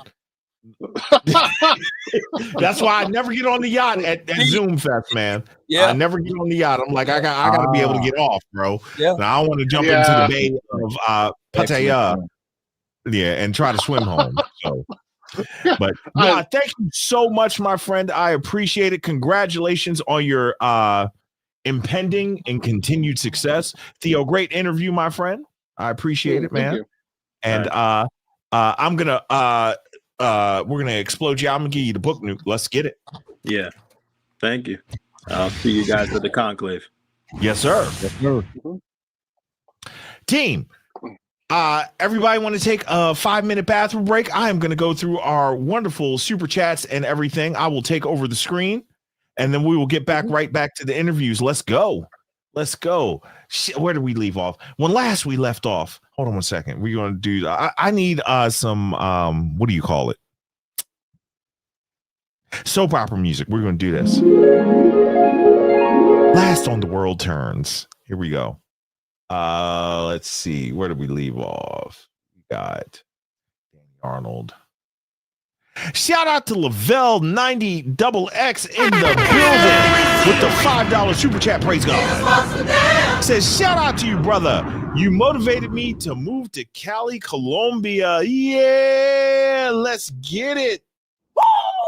Shout out to Cali and shout out to the beautiful Latina ladies out there, man. I got to tell you something. I have one. I love one. She just came down in the shortest of shorts.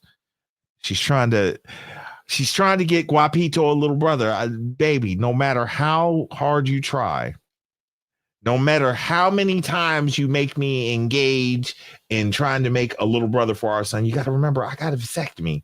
I think you just like the practice. I think there's something wrong with my wife, and she likes to practice. Shout out to the Latinas. Let's go, man. Let's go, yo.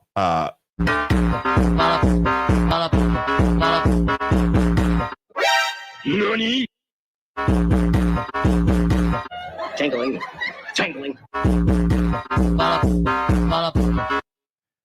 Yeah. Shout out to Lavelle 90XX in the building, and shout out to Cliff T Jr. in the building with the $10 super chat. Praise God.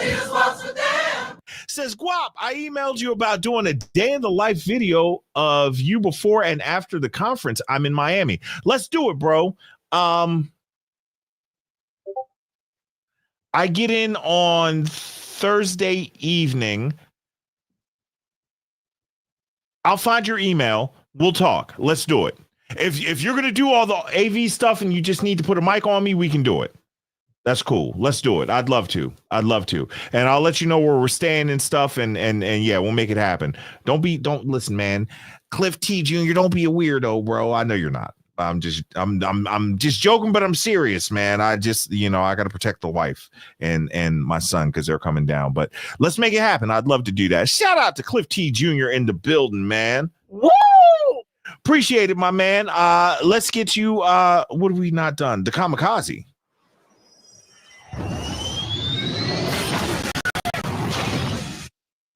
Shout out to the solo. I can't read. The Souls Artorialist. The Souls Artorialist. Am I saying that right? What is an Artorialist? Artorialist. The Souls Artorialist. Shout out to the Souls Artorialist in the building with the $2 super chat. Praise God. No question, no comment, just pure love of the game. Shout out to Leeds. I appreciate the love and support, my friend. You get the twister.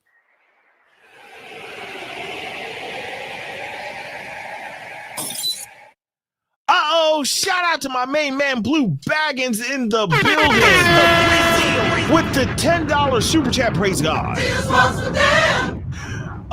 Man, what's good, Blue? Good to see you in the building. Blue, you're my boy. Says, what? Hold up. Does this say what I think it says?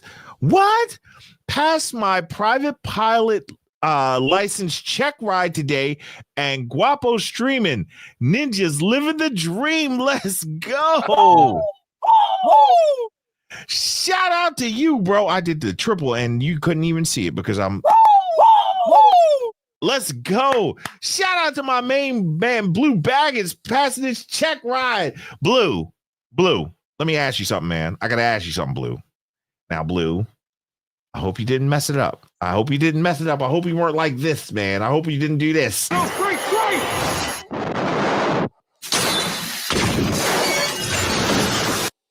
Blue's check ride be a freaking nightmare like this.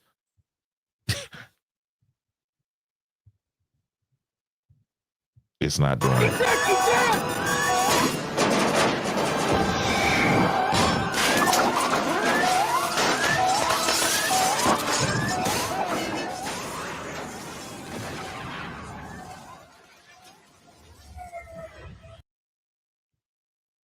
Honestly, though, that is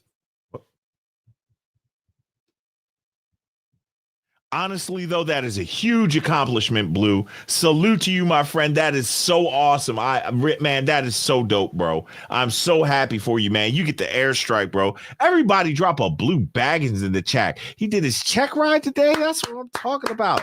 That's my dog. Let's go, bro. You get the what did we say? The airstrike. We got the heavy hitter in the house. We got the daggone heavy hitter in the house. Let's go. Oh shit. Shout out to nope, wrong one. Hold up. Where'd you go, brother? How did I lose the one I was trying to do? It's on the How did I screen. lose it? What'd I do? I did something wrong, y'all. I unchecked it. Hang on 1 second. I'm gonna find it.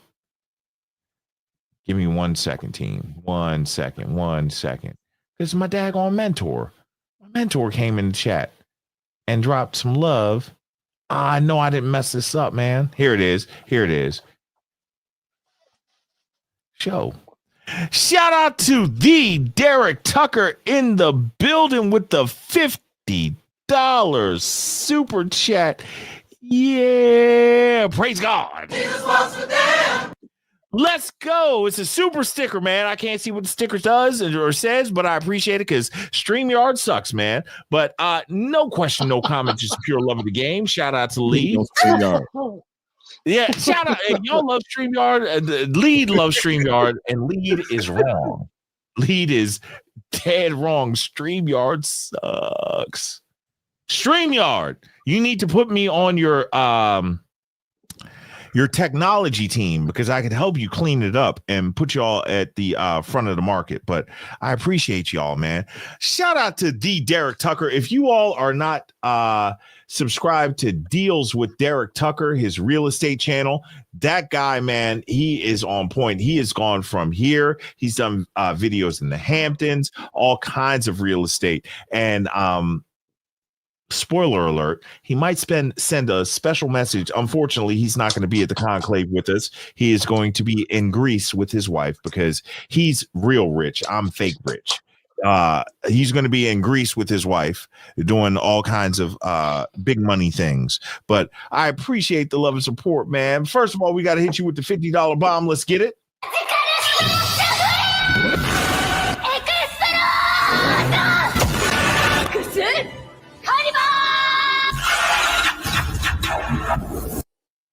And I hope your wife isn't watching because she's going to be mad. Hit the button. Tag on my comedic time and these iPads. I hate you, iPads. Oh my God. Barely being held in by a tight spandex.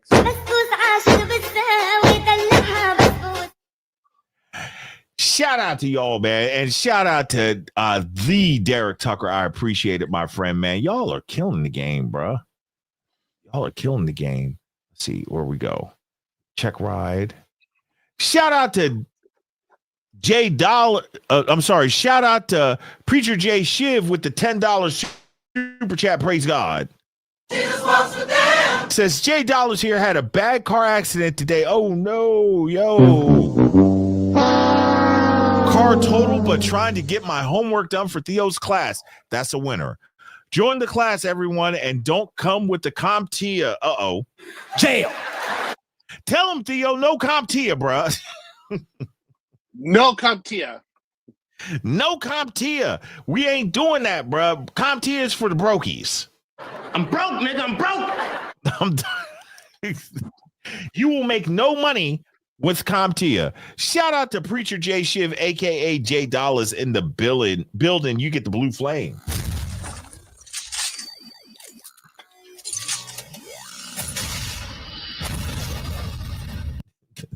Stop being brokies, y'all.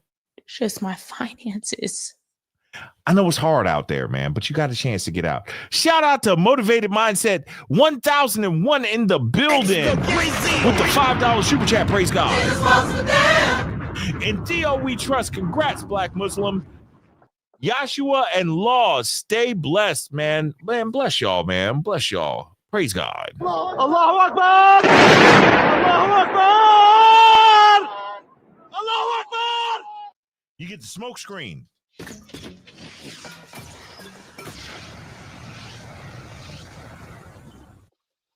Shout out to Rick Euro 4656 and to Shy Fly 7434 in the building as new members. We love it. Thank you so much. Woo!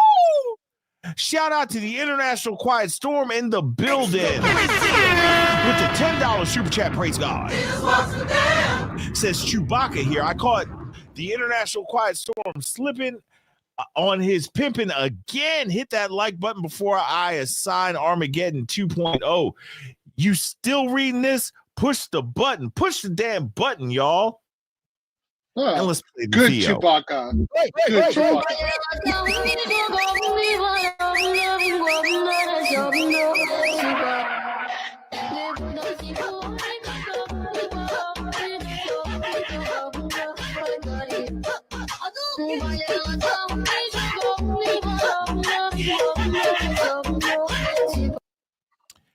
Let's do two more, and then we're back at it, team. I appreciate the intermission. You know, we're older gentlemen. I got to use the bathroom too, but I just, you know, I'm a sneak out in a second. But I appreciate y'all, man. Shout out to my main man, D May. What up, D May? That's my dog right there.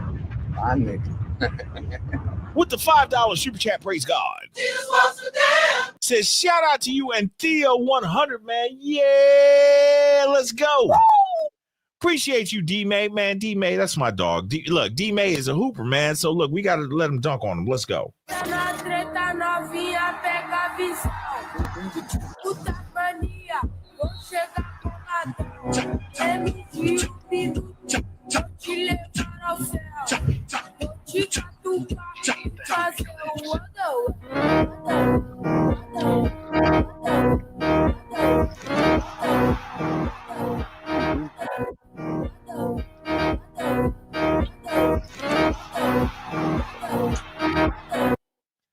Shout out to my main man, Shy Fly in the building. Hit the Gangster Grizzles, too. Gangster Grizzles. I'll wait, iPad. Gangster Grizzles. Gangster Grizzles. There we go. Says, hope to see you in Miami, Guapo. Hashtag new suit, hashtag lemon pepper steppers. Let's go, man. I'll be there and will not be square. We're going to have a great time there, man. And yeah, I'll absolutely see you there, brother. And listen, when I see you, we're going to high five.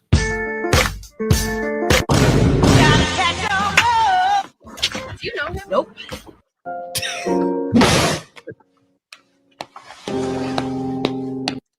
Something is wrong with y'all. Something is wrong with y'all. Okay, we are back. Thank you so much, team, for being patient.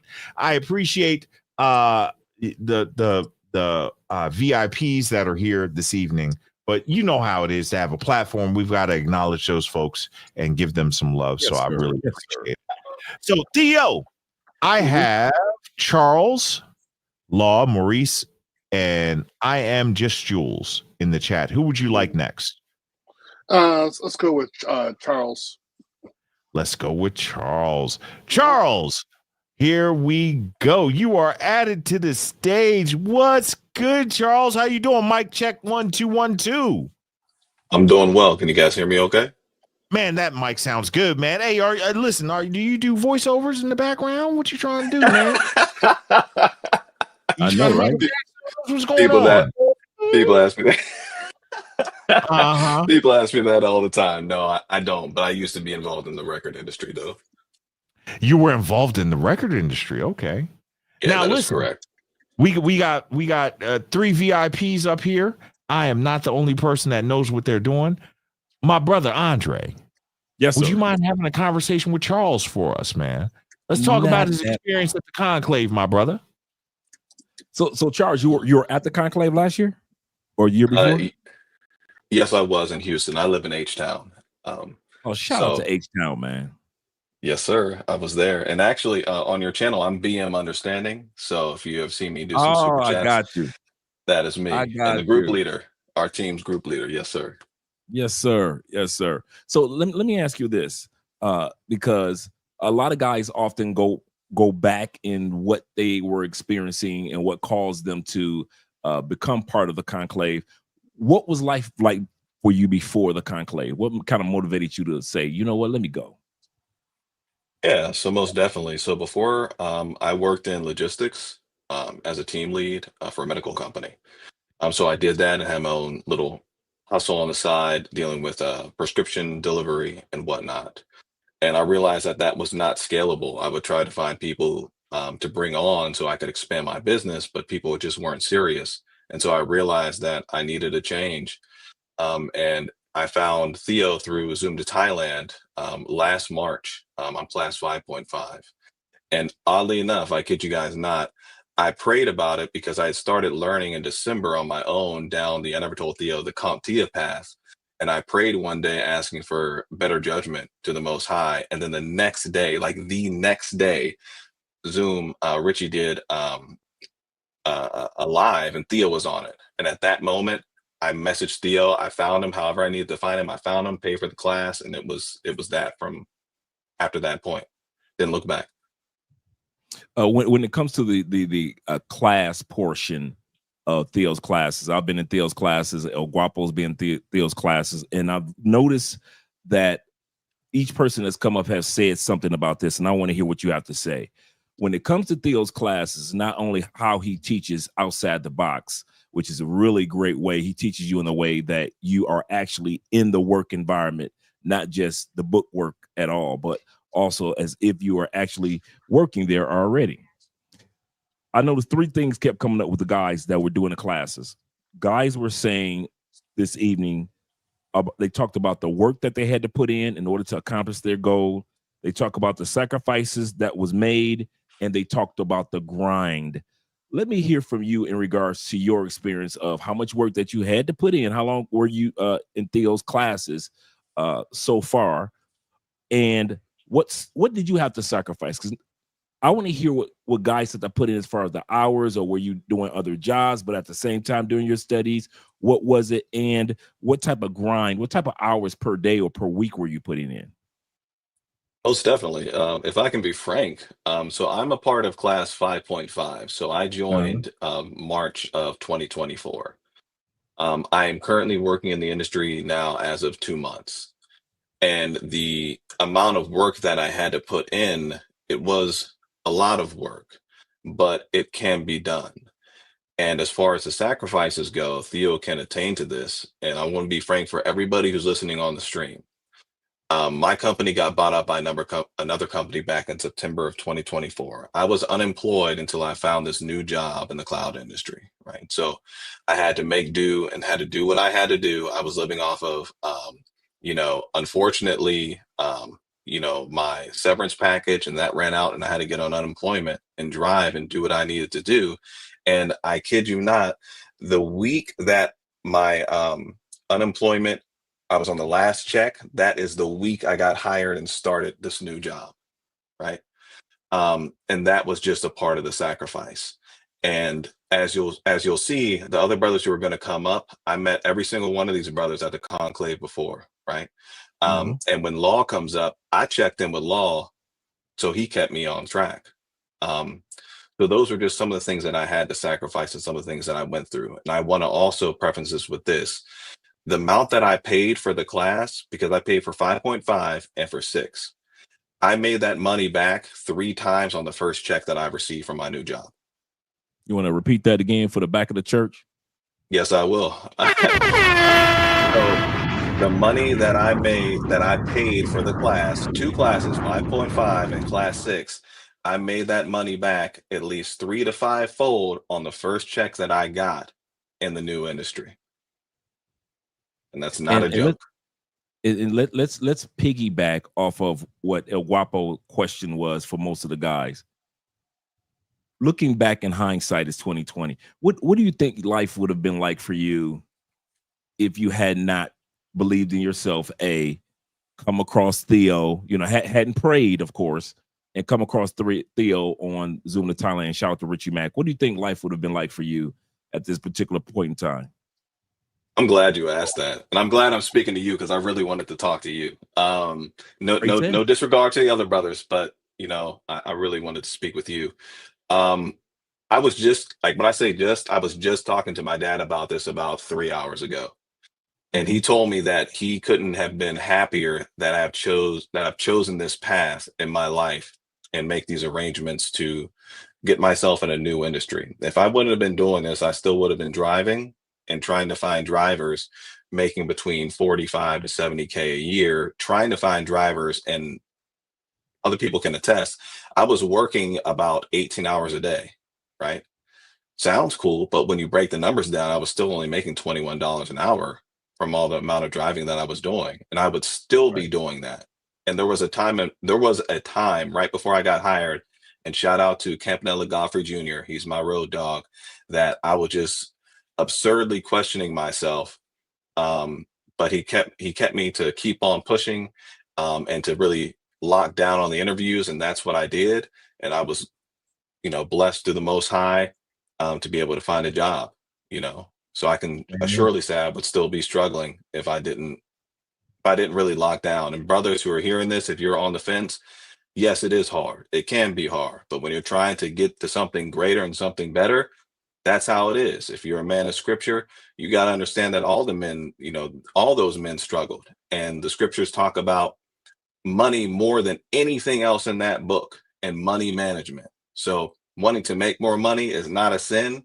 You're not going back on anything, right? You're not sacrificing yourself. If you make it and you deal with it in righteousness, then you're going to be okay. That's how you have to have that mindset when it comes to that. Sorry, try not to ramble, but yeah. Oh, no, not at all. I have another section that I want you to speak on that some of the other guys may not have thought about. Could you talk about the fact that it took a network for you to accomplish this?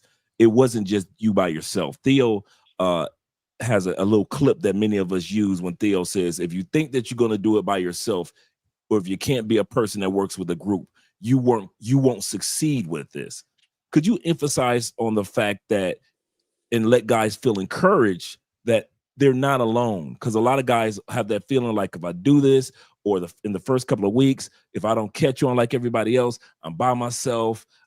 This is not me. I'm a guy that comes from construction. I don't know anything about this. Could you talk about the fact that they are not alone? They don't have to feel like they're by themselves. And if you try to be by yourself, you will fail. But if you try to work with others, you will definitely have an opportunity of success. Could you talk about that in regards to your experience? Absolutely, 100%. As Theo would say, you can't be an island. And that's 100% true. So last year at the conclave, the other brothers were going to come up who haven't gone up yet. I met Jules, I met Maurice, right? I went and broke bread with Maurice, right? Me and Campanella. I met Yah, I met Law. And if it wasn't for meeting all these people, I wouldn't be in the position that I'm in. So, and again, this ties into another thing that you had asked, when it comes to not just working as a team, but how does the group and everything Theo does reflect on the job? Every single thing that I do on the job is reflected in the group. Even being a group leader, I'm a senior application security engineer, and everything that I've done as a group leader, I'm doing that every single day on my job, guiding developers on how to remediate issues. So everything Theo has you guys do, even the homework and the way he submits it, it's to create your portfolio, and you send that portfolio out. It's to speak to the hands-on experience. So when you're in an interview, you can speak to it with confidence because you've done it. Theo has outlined and laid out everything so masterfully, you don't realize it. And you think something is a waste of time when you're doing it like a child. But as you mature in the program as a man, you realize that he did this for a reason, and you appreciate it. Last question that I have for you, or the next question I have for you, is Theo often emphasizes when he talks about the difference between a blue ocean and a red ocean of job opportunities. And Theo often emphasizes that this is a position where you really don't have to be the person hunting after a job. Did you have to go hunting, create a resume in regards to hunting after a job, fill out an application, and hunt after a job like normal people do? Or did they come looking for you? Great question. So I did create a resume just to incorporate it onto my my LinkedIn, and I literally took Jules's LinkedIn, downloaded it, and and did what he did on my own. And ultimately, no. And I know a lot of other brothers had more interviews, but I'll be frank, I only did 4 interviews before I landed my job. And every single one of those interviews, it was a recruiter reaching out to me via phone call or LinkedIn. So you didn't really have to do much searching, just like Theo often teaches us that these are opportunities that people will come looking for you, and not necessarily you being a part of the millions of individuals that are looking for a job, correct? 1000%. And what Theo teaches, it's so high in demand, guys. If you're on the fence, lock in, because it's not going to be another class until 2027. The last thing that I like to ask you, because the other guys have shared this, but if you don't mind, could you share your salary and what you've made, or what salary what salary were you making when you were in the medical field, as far as the sales and so forth that you were describing, and what is your salary now, if you don't mind sharing? Yeah. So previously I was making about 42K from one job, and then my side hustle gave me an extra 20K, right? But then high taxes. Now I make baseline as a contractor 124K a year.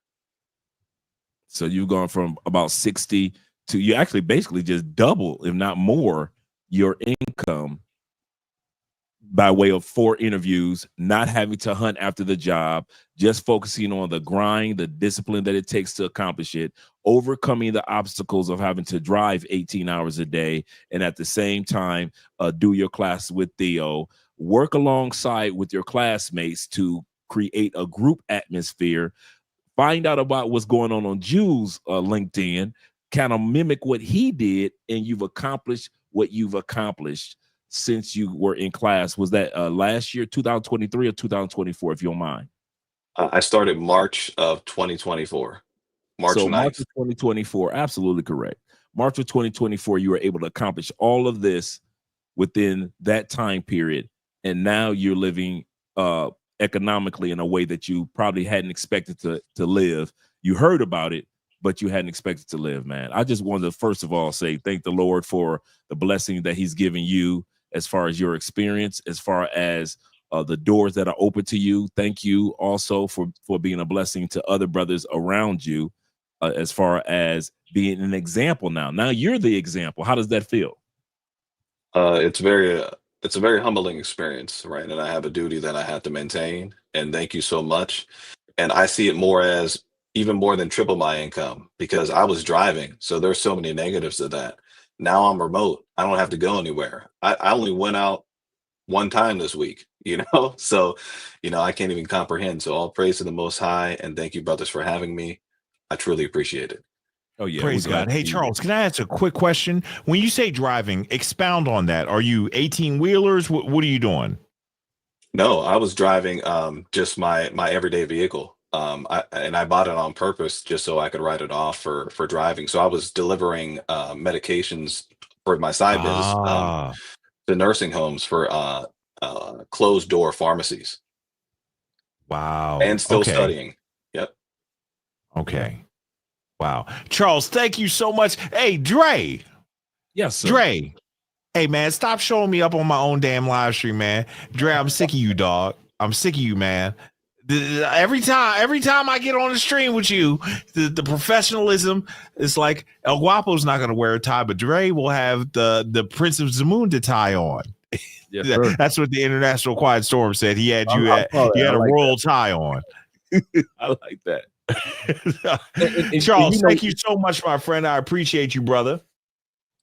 Thank you for having me. I truly appreciate it. All right. Team, can I throw an audible at you? This is good. We're having a good time. This is fun. It's a lot of fun, but I have a special guest right here in the studio with me. All right. And she's wearing these little shorts. But I'm going to give you guys a chance to talk to my wife. And there's a very specific reason. When I went to my first Black Manosphere Conclave back in 2023 in Atlanta, and I talked about my excitement with what the leaders were doing with getting Black men to another place. You know what LaBea said? She was like, I want to take Theo's class. I was like, baby, no. I was like, it's a bunch of heathens and goons in his class. I was like, you don't want that. That's not what you want for your life. I was like, no. And she looked at me with those Colombian doe eyes, and I was like, oh, God. Yeah. You know, Dre, you know, bro. Yes, sir. I was like, oh, Lord. And I was like, let me talk to Theo. And Theo said the same thing that I said. He was like, you don't want to be in that class. There's a bunch of heathens and goons in there. And I was like, he was like, but look, he's like, I'm willing to take some time out of my schedule and instruct you individually. And for the last 21 months, Theo has taught my wife, and she actually just got her first cloud certification, and she is about to get her second and get on the job hunt. So if you don't think this is real, as protective as I am of my family, I want you to hear from her for 2-3 minutes. Law and everybody else, I promise I'm going to bring you up. I'm going to drop my camera. I'm going to let her sit on my lap. Y'all ready? Here we go. Come on, pretty. She's got her wine right here and everything. There we go. Come on. How you doing tonight, baby? I'm good. Thank you. How are you? Theo, the floor is yours, man.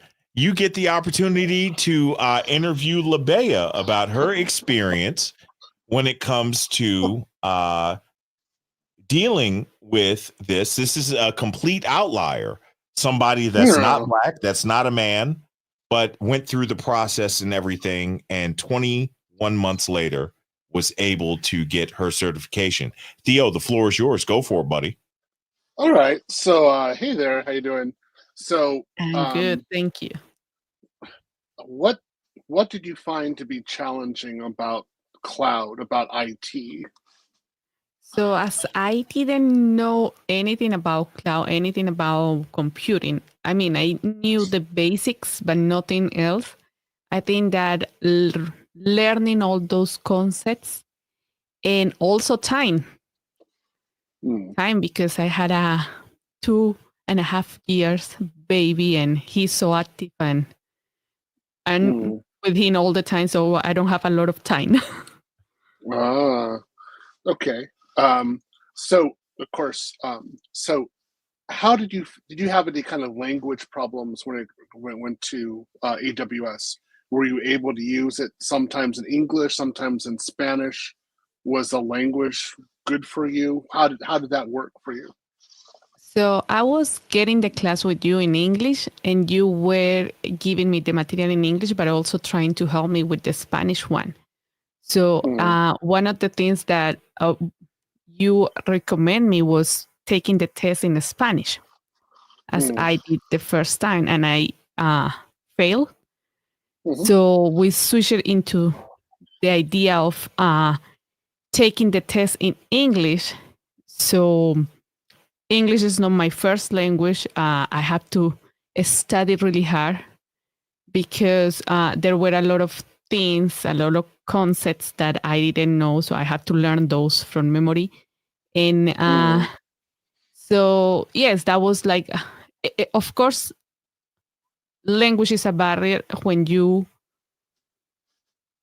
try to understand, but I think that it was, I had to read a little bit more, watch more videos, and study a little bit more, because I knew that if I was going to take it in Spanish, it may sound easier, but probably it wasn't, because I found out that the translation wasn't as accurate as I thought that it was going to be. And so I found out that English, even though that sounds more difficult, it was better for me.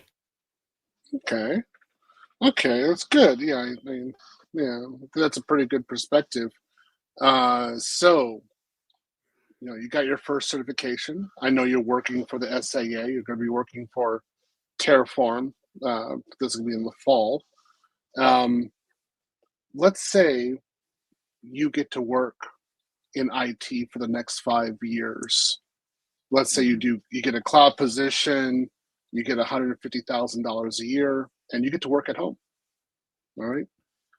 Yes. How do you think your life will change? What are you going to do with that? With that kind of position? So, as the idea of starting working on AWS is a family plan, because when we talk about this with El Guapo, the idea was to have more freedom, let's call it like that, even though that we were both going to be working, but the ability of working from home and probably being able to managing and schedule that doesn't or that is not as busy as any other works, probably it's going to give me more chances to be with my with the baby and with my family. So that is like, we probably is like, I will be from home working in something that it doesn't require me to be there, like clocking on, how would you say, like logging on, or probably like clocking in. Eso. Yeah. Yes, that one. And it doesn't also require me to be commuting to the city where I'm going to be losing or wasting all the time, or most of the time. Can I ask something real fast, Theo, while we got her? So before this, right, before we had our son, Guapito, you had a job, right? Yes. How much money did you make on your job? I was making, hold on, let me translate this number. 107,000. 107,000 pesos? No, dollars. Colombian pesos? No. So you weren't broke before this? No, I wasn't. Do you think this is one of the best opportunities you've ever had financially? Oh, yes. Yes. And it's not only financial, like as I already mentioned, is the freedom. Is the freedom, is the fact that working from home will allow me to still be present with my family. Right. So you went from a situation where you were making $107,000, dollars, Yeah. but you had to commute to DC every day. Yes. And that commute was killer. Yes, because I had to get up at 4:00 and leaving the house at 5 to be able to be at DC at 7:00. Right. So the whole concept here is it's not just a financial change, it's a lifestyle change. And Theo, I want to take this opportunity in front of everybody here, man. Thank you so much. I know you went out on a limb training Labea, and she had to go through it and all that stuff, and tried in Spanish. It didn't work out, but she tried in English and it worked out. And that SAA is right around the corner, and she's going to kick butt and take names and retire her husband. I'm going to get demoted to the pool boy. I want to be the pool boy, bro. I'm going to walk around in some slingshots and a net for the pool. No Diddy. Take that. And and that's all I'm going to do all day. I'm going to be the pool boy. So what about Guapito? Guapito is going to be my assistant. He's going to make sure the police don't get called on me for my shenanigans. But here's what I'll tell you, team. I would not have subjected my wife to this opportunity for 6 months, let alone 21 months, if I did not see the value of what could be from what Theo's doing. And Theo, I got to thank you once again, man. It seems like I'm blowing smoke up your behind and all that stuff. That's not what it is. You're a better man than me, because I'm going to tell you right now, if I was in your situation, I probably wouldn't be helping anybody. So you're better than I am. You know, that's just me. Just telling you, I might get some horses and, you know, a couple of them slingshots, those 3-wheelers. You saw the slingshots, baby? Yes. Yeah. You know, and I'd be riding around with my homeboys wreaking havoc, and you're actually giving back to the community. And so I really, really appreciate what you're doing, man, and what you did for my family, especially, you know, and what you're doing for the brothers, you know, nationwide, internationally, and everything. So anything else you got to add, baby? And I'm going to go back on camera. Go ahead. I want to thank Tio, muchas gracias. Because as we have had some opportunities to talk, I think that you have been able to understand the idea of what my family is looking for with this, and especially the way of benefit our son. Right. And that's why we both are making this, because it's not just me wanting to work and all that. It's a decision that is for the family, and is we both have been trying for all this time to work it out, because it's not me only taking the classes and finding some time, but it's him also finding some time to take care of Guapito while I'm in the classes. Daddy buddy time. We call it daddy buddy time. Yeah. So or Guapito punches me in the eye and knees me in my privates. That's what he does. So, but thank you, Theo, for all what you do for us. Thank you. Thanks, bro. Yeah. Thank you so No much. problem. Yeah, anytime. All right, baby. Yeah. Thank you so much. Let me get one more scotch. Finish your wine, and we're out of here. Yeah. I'll eat after the live stream. Thank you. I appreciate the Grace team. I appreciate that. Thank you, team. Oh yeah, that thank was you, excellent. Theo. Excellent. Let me put myself back on camera. All right. Yeah, this is something that might happen in the future, you know, especially if you guys convince me to go to Colombia somehow, and like my airplane doesn't make it to Brazil, it crash lands. And You're gonna go to both, man.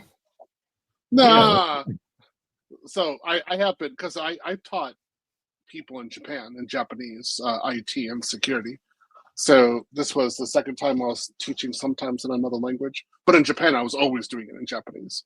So I have thought about opening like a cloud resource center in Colombia, to be honest, and have a training center there where guys can go over there and just be on site and actually train, do the cloud, and do everything that I'm actually training, that I'm actually doing.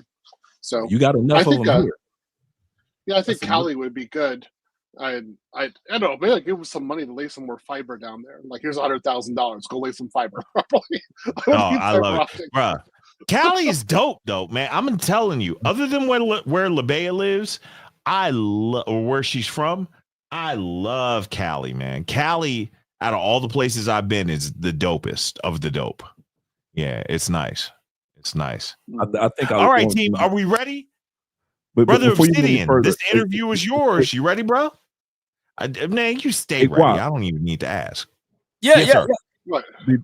Before you go into that, and you guys were speaking about Cali, I also want to emphasize on the fact that a lot of you guys don't realize how many of Theo. I just want to take a few seconds to give a shout out to all the students of Theo's that got hired and are living great lives in other countries as well as back in the States.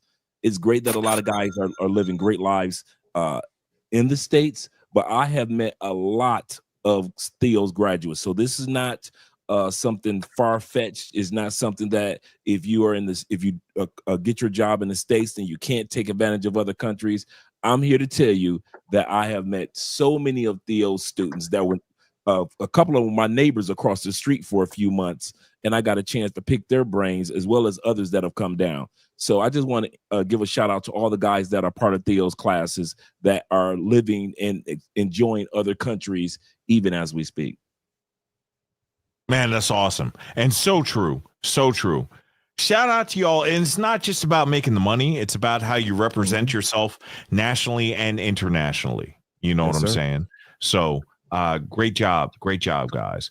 So Theo, I have, let's see, who do we have in the back here? We've done Charles, we've done Black Muslim, we've done Law, Maurice, and I Am Just Jules. Who should we do next? I think Obsidian should interview Law. I love I it. think it'd be a good. Law's good my combo. dog, man. Oh yeah. What's good, Law? What's good, El Guapo? How are you? Man, fighting the good fight, man. Listen, I'm trying to be like you when I grow up, dog. No, right? Oh man, a lot's changed since we've last had an opportunity to talk to each other. I know, man. Listen, I am going to give you over to the man, the myth, the legend, Brother Mumia Obsidian Ali, and he is going to talk to you about your time as a part of the Black Manosphere, the Conclave. I remember meeting you down in Atlanta for the first time, and you were having a debate with a young lady at the bar. You remember that? Bruh, this things understood don't need to be explained, but that was an interesting evening. And I was like, oh, bruh. I was like, man, hey, man, he's going to get there. But you there now, baby. You're there now. I'm way past there at this point now, Guapo. You know, let's go.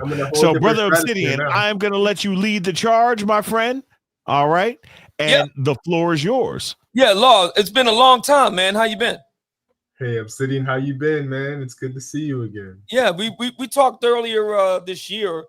Yes, we have. Yes, we have. Yeah. Yes, sir. So we can kind of just do this for the YouTube crowd. So, I met you in 23. So, Yes, why don't you walk us through how you wound up at the Conclave in Atlanta in 23?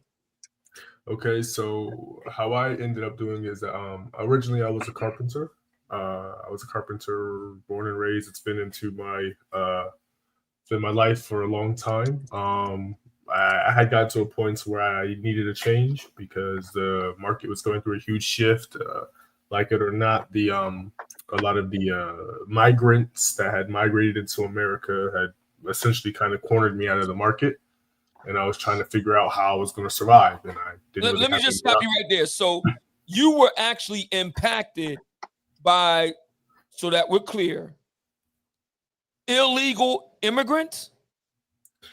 I'm not going to say that. I'm not going to say yes. And the reason why I ask that is because I can relate. Back, in my previous life as a skilled tradesman. You're a skilled tradesman. Carpenter. Yes, I was a skilled tradesman. Industrial mechanics. And there were attempts to displace both of us, Black skilled tradesmen, with illegal migrant workers. All right, that happened to me. That happened to you.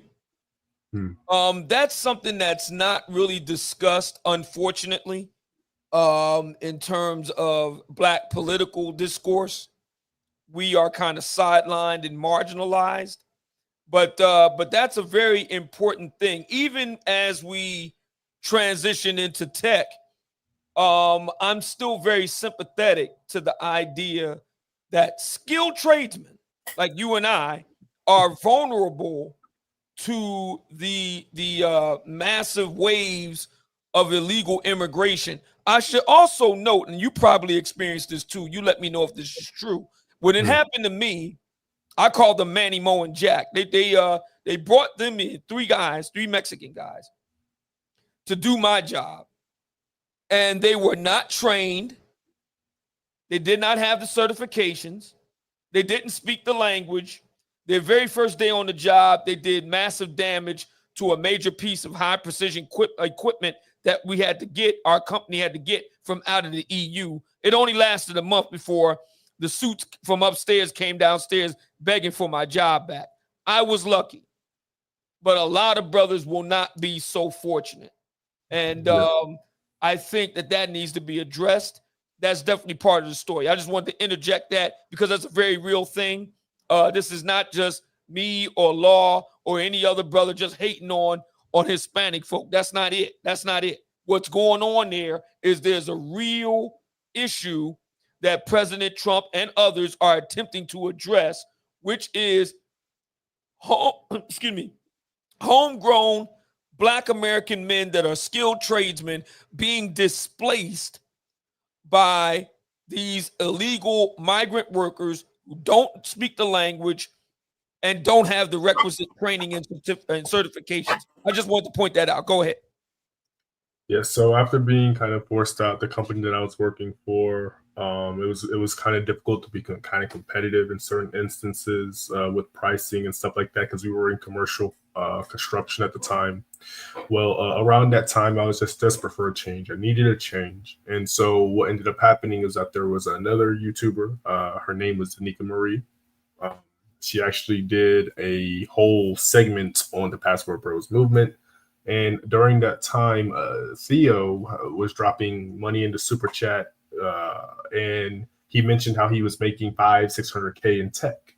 And me, something just told me to give it a go. So I threw a Hail Mary pass.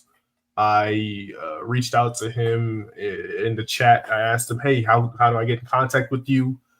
He mentioned his name and gave me an email address, told me to message him directly through email. I did. We went back and forth, and Theo went through a very extensive vetting process before he even allowed me to talk to him. So it was always just normal chat and conversation. He never told me what he did for a living. He never told me what it was about. He talked about everything but that. He was assessing my mindset on whether or not I was even worthy enough of being a student. And then when I finally went through his vetting process, he sent me a link and told me, "You need to meet me here." And that's when I got exposed to the Black Manosphere Conclave. And at that time, it was only about 2.5 to 3 weeks away. I had no money. I didn't have any way to pay for it. I was broke as all get out. And so I actually ended up telling Theo that I couldn't make it because I just didn't have the capital at the time to go. So what ended up happening was my younger cousin, her name, she was actually having a get together with us, and her boyfriend at the time, who's now her fiance, they're getting married. Congrats to them. He actually is a product engineer in tech. So when I told him, "Man, I had an opportunity to get into tech, but I couldn't afford it, this, that, and the third," he said, "Oh, what were you going to study?" I told him, "Oh, it's going to be an opportunity to meet some fellas in the conclave in Atlanta for cloud." He says, "Oh." So when I told Theo I couldn't make it, Theo sent me some material to study on my own. For if ever I got another chance to pay for the money to come to the conclave. So the man that I met, my cousin's boyfriend, he says, "Well, let me see the material." He saw the material, started reading it. He looked at me and he says, "Who gave this to you?" I said, "Oh, well, Theo, he's got this conclave." He's just like, "You're going." I think, but I don't have money to pay for the flight. I'll pay for the flight. I don't have money for the hotel. I'll pay for the hotel. I don't have a laptop. I'll give you a laptop. He paid for the entire trip, and that's how I got there. So that's how my journey began, and it began landing on the plane, getting off, walking in through the front door, and the first person I saw was Theo, and I gave him a hug because he's like, "I thought you weren't going to make it," and I said I was, and then next thing you know, we were at the bar, and everybody's like, "Well, how do you know Theo?" And I said, "I really don't know him, but that was how it began for me. Is that I that was 2 years ago, and now I'm a full-fledged. My title has changed since you guys have last talked to me. I was a security engineer, platform security engineer, but now I am an AI cloud engineer. So I've leveled up. It's been a journey, and I owe it all to just taking a chance on myself. I bet on myself, and I bet on the Black men around me that were successful, powerful, capable, able men. And I wanted to see if whether or not I could get to that level too. You are who you surround yourself with, right? And I chose to plug myself in with the most successful men I could get my hands on. They were willing to help me. It was a long journey. It was a painful journey. I went through a lot of adversities, but I'm here now. And now I'm a teacher. Now I'm teaching other gentlemen to get them ready to enter the job force now. My time has passed. We have new gentlemen getting jobs now. I'm helping them get that transition over, and so now I'm paying it forward. That's what I'm doing now. Very good, very good. What did your you just get right to it? What was your starting salary when you came out of Theo's course and got into the workforce? What was you starting off at? 175K. 175K, very, very good. And you're now assisting in instructing other students. Yes, I teach predominantly focused on interviews. So I'm not like, I don't have a title per se in my position. A lot of it is just people come to me, they reach out to me directly. I help them prepare for interviews. We do everything. I help them record. They record their interviews that they've done previously. I help them how to speak more elegantly, how to present themselves better. I give them materials that they may need to help them present themselves better, projects that they can do. I give them my experience on how it is that I've done it, because at this point I've done over 200 interviews, so I'm very well comfortable in the process. I know how to present myself. Nothing really surprises me anymore. I speak not just from a form of experience, but I've done the jobs. I've gotten the jobs. I've been taken over by jobs. You know, at this point at my level, my biggest competition are Indians and Asians. And so like they're like anybody, if I had to have a conversation and I'm competing against other Americans, I'm going to whoop them. I'm going to take your job. No questions about it. Like Theo has overly prepared us to such a level that those that were consistent and working hard and staying studious, we are the best. There's just no question. We are the best, bar none. We are the best. The only people that compete with us are the Indians or the Asians. Any American could never touch us. Never. We're the best by hands down. Let me ask you this: how do you think your life has changed in the last 2 years since we saw each other? Well, we actually saw each other last year in Houston, but since the conclave of 2023 in Atlanta to now, how has your life changed day to day, mundane things, and let's just get right to it, women. How has your life changed? Well, I'll answer it like this. I decide who is and who isn't allowed in my life anymore. Very simple. I've had to cut off a lot of fluff, lose a lot of friends. I move very differently now.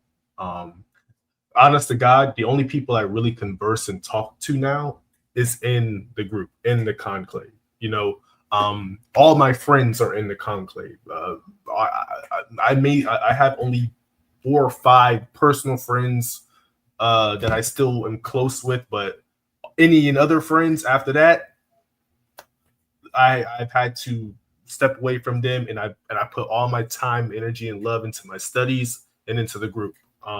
This is my home now. This is my focus. This is my life right now.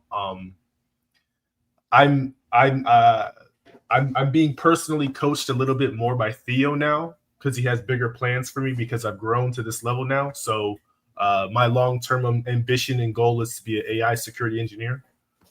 So I'm studying very feverishly in AI technology, AI machine learning, and security certifications right now. And then plus I'm also working right now as well.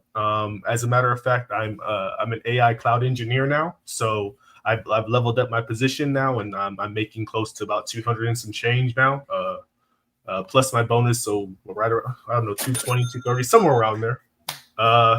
So at this point, I'm not thinking about what I need to do. I know what I need to do now. It's just putting in the reps now. So I'm not looking around anymore. I know exactly what I have to do. And I won't allow anybody to get in my way at this point. I'm way more resolute in my objectives. And I had to be that way to get to where I am now. And nothing's going to stop me. No one's going to stop me. And I'm proud of what I've accomplished. And my objective now is to get more men in jobs, making more money, more 6-figure earners. You know, right this year we're hitting a roll. We found a flow. We're getting more and more and more black men hired than we've ever before. I want to keep that momentum. I want another Millie by the end of the year. You know, black men becoming successful. That's what I want. So that's my goal. It's a phenomenal story. Ladies and gentlemen, this brother came through. He was there in Atlanta with us. You heard what he said. He's not alone. There are lots of brothers coming through the conclave that are just like him. And let me ask you this, Law, because this is something that a number of people have said. Okay. That we're grifters, that we're scammers, we being me, Shannon, Theo. We're grifters, we're scammers, we're scamming people, we're promising them the moon. There's no way you can make that kind of money right out the gate, et cetera, et cetera, et cetera. What do you say to that? The idea that we're scammers and that we're just a money grab and that we're just charging people up and not delivering. What do you say to that? Find another solution where you can be debt free and make 6 figures in 2 years, and I'll wait. Find me another place. Most people selling courses, credit, trading, a fitness program, the same song and dance. Show me a place where you can get 4, 5, 6 year IT education for pennies to the dollar. No debt, no student loans, no nothing. And in 2 years, if you're consistent and studious, can bust a 6-figure career. I'll wait. If it's a scam, well, okay. How many people did you guys interview today? We've interviewed quite a few so far. I was like, so please explain to me what makes it a scam. Because let's be real here. Those are the people that you interviewed today. You should have seen how many. Now that I'm at this level now, I talk to the seniors who were before us. They're making way more money, fam. So if this is a scam, then for all the other people that talk about scams, I've never heard any of them say they're making $400,000, $500,000, $600,000. Show you the receipts, the proof, and when you have a question to them, they're not only able to show you the validity of it, but they're vouched by everybody around them, and we see it with their own 2 eyes. Like I don't have to. You don't need to confirm. You just know. Like, these dudes are a different breed here. So if this was a scam, you would have known it a long time ago. Matter of fact, you would see it plagued all over the internet how much of a scam this is. It's real simple. There are doers and there are quitters. Many of them quit. Those that did, those that were consistent and worked, they're reaping all the rewards. And I'm one of them now. Very good, very good. I'll just leave off right there. I'll say this in closing, Law. I'm very proud of you, brother. We have been in operation now going on 5 years continuously, and we have yet to have a brother that came through as a student, purchased a ticket, came to the conclave. We have yet to have a brother give us a bad report. Not one. We have not had one in 5 years, and we've had hundreds of brothers come through now at this point. What does that tell you? So thank you so much, Law, and much continued success to you, brother. Can't wait to see you in Miami. Absolutely. See you then. Guapo. Law, thank you so much for coming through and sharing your story, man. Brother, you're killing the game. You're absolutely killing it. And man, listen, I'm just getting started, baby. Yeah. That's right. Let's go. Let's go. Be safe, okay? All right. Appreciate you, bro. Hey, thank you so much, Law. Thank you so much, Obsidian, for the wonderful interview and review of the work that is being done, man. I don't know how many more examples we can give, but we have more. Theo, we have Maurice, and I am just Jules. Who do you think should be next? Maurice with you. Let's go. All right. Maurice, what's good, my brother? You are in the building. Let's get it. Hey, fellas, what's going on? Happy Friday. Can you hear me? Man, we're fighting the good fight, man. We hear you loud and clear, man. So talk to us, man. First of all, where are you from originally? I'm from Jersey. I'm from Trenton, New Jersey. All right, Trenton. Okay. Shout out to Jersey, Brick City. So you came and became of the Black Man member of the Black Manosphere Conclave. What year? Last year. I was in Houston. Okay, so 2024. All right. Yes, sir. And so you came to Houston, The good brother attorney Dennis Sperling was the keynote speaker there, and it was a fantastic time. He came and with his son Roman and everything. And what was that experience like for you? Unforgettable. You know, I had high expectations, and that weekend it just surpassed everything I imagined the weekend would be. You were there. I got to meet Andre as well, Theo, all the brothers from previous classes. I didn't personally meet Law and Jules and Yob, but I seen them all from a distance. I met Charles, like Charles said, we broke bread. That's my guy. But the energy, the experience, like I tell brothers, as many brothers as I can, you have to go. At least just show face and just feel what is going on in that room. It's really just, it's unbelievable. Right. So you came and you were in person, and I talk about being in the room. It's so important, so important. So a year ago, what were you doing professionally? A year ago, I was working in my 14th year in a group home as a group home manager. I was working with the autism population. Okay. I was doing that for a long time. It was really good money, man, but I ended up getting fired. I lost that job along the way. Okay. And so you came to the conclave, you took the DevOps course, and tell us what that journey has been like thus far. I'm going to try to give you the concise but detailed version of it. Okay. During the conclave, a few days prior, my grandmother had passed, but a few months prior to that, I was given a federal indictment. So my time at the conclave, I was literally in the middle of a federal investigation. So my motivation is next level. I needed this more than anything in my entire life. So I was locked the F in. You know, I was there to network. I was there for straight business, because if it wasn't for this, I would be still delivering mail at the post office, walking 10, 15 miles a day, and that's all I had. I needed this to happen. I needed this to work. I put in so much work, and me being there, it really just changed my life. So from inception to now, what did that look like for you? I couldn't see the vision. I couldn't see where I'm at now. It was that imposter syndrome, but I posted in the group chat today that I got my first offer, and I accepted the offer as a technical program project manager, making $120 as a convicted felon. So if there's anything I can tell you, brothers, just stay down, work hard. Bottom line, get your SAA.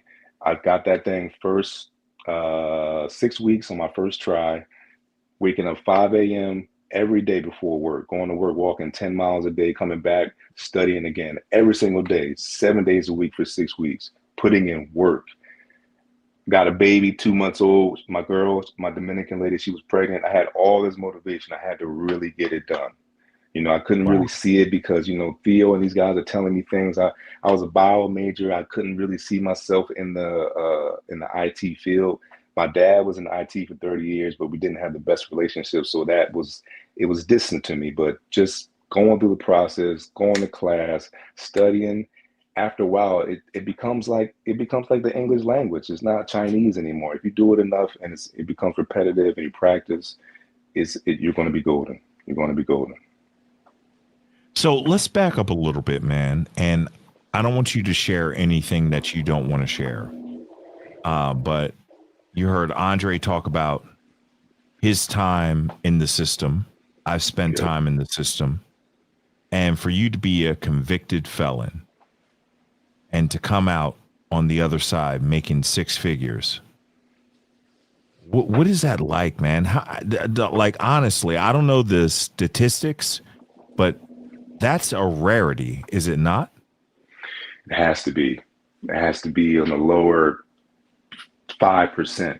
You know, I honestly want to cry when I think about it, man. I've gone through so much this past year. I lost my dad 2 weeks after my daughter was born. My daughter was born on Juneteenth. Lost my dad 2 weeks later. And just for this to just come to fruition, man, I'm at a loss for words, brother. You know, it's crazy. You know, it's crazy. I just want to be a testament to brothers that, for one, if you're in just a messed up situation, if you really just stay down and put in work, you can literally do anything. You can literally do anything with the right direction, with the right network, with the right people in your corner. You can literally do anything. You just have to put the work in. That's it. Straight up. Straight up. Wow, man. So I know this is going to be painful, but I'm going to ask. If you had not made the choice and the sacrifice to come to the conclave last year, where do you think you'd be right now? I honestly have no idea. Probably still working at the post office. I think it was the best decision because it's a federal job. So while I had a pending federal charge, I got a federal job. So it just kind of helped me out during that, but I would probably still be working there, man. Just walking 10 miles a day. And you'd be getting your steps in. I mean, sure. Absolutely. Absolutely. Right. But it was for $19 an hour. You're working long days. I got a family now, it wasn't cutting it, All right. So $19 an hour is what? About $44,000 a year. You say you make about 120? 120. Yep. Yeah. So about triple. Easy. Yeah. Easy. Yeah. Yeah. But if there's one thing I can say, I don't want to take too much time. Brothers, please stay away from these American Western women. Please, please, please, because I was in a situation. I'm an ex-ball player. I've dealt with hundreds. I'm a 6'4" guy. I've dealt with hundreds. I never thought it would happen to me, and it happened to me. Just stay away. Pay for it. Be a weekend warrior. Choke the chicken. If you got to do it, stay away. It's not worth it. It's not worth it. Sage words, brother. Sage words. Man, I really appreciate it, man. Maurice, thank you for waiting in the wings. I know that we have been slow playing this, but I really appreciate you coming up and talking to us about this, man. And I hope that brothers get the understanding that, hey, your past does not have to dictate your future as a man. Listen to what I said. As a man, we have the opportunity to get in here and correct some things and make them right and still be victorious. And hence the thumbnail and the title to this video, because I'm telling you, man, it's incredible. It's incredible what can be achieved when 2 or 3 of us are gathered together in fellowship. And I'm seeing it, and it's so apparent. I look at Theo, I look at Obsidian, I look at Andre, and guys, this is your chance. You don't have to do it. Nobody's trying to force you to do it. I'm going to be quite honest with you, and I'm going to take the screen for just a second. Hang tight 1 second, Maurice. For real, for real?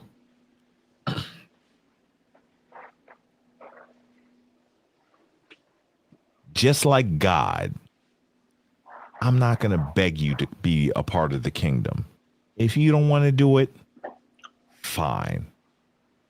But I'm letting you know the opportunity is here. And this is your way out. And the greatest thing that you can do right now is invest in yourself. And 2 weeks from this evening, be in the building, in the conclave, shaking hands, breaking bread with those that have the ability to get us to where we need to be. So Maurice, man, I am so honored to have had the opportunity to have a conversation with you, brother. Thank you. Theo, Andre, Obsidian, do you all have any questions for Maurice? No, I actually don't. At this point, he just his story, his testimony of it wasn't just one part of his testimony. He had like challenge after challenge after challenge after challenge that motivated him to go after it and go all in, and it paid off. And many of us, like you talked about at the conclave last year in regards to the art of failure.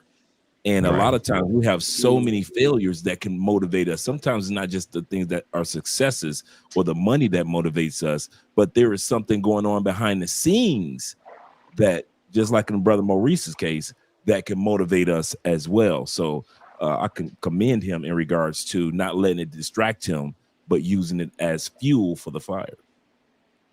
Bro, Yes, sir. 100%. Obsidian, you were about to Yeah. say something, man. You were muted.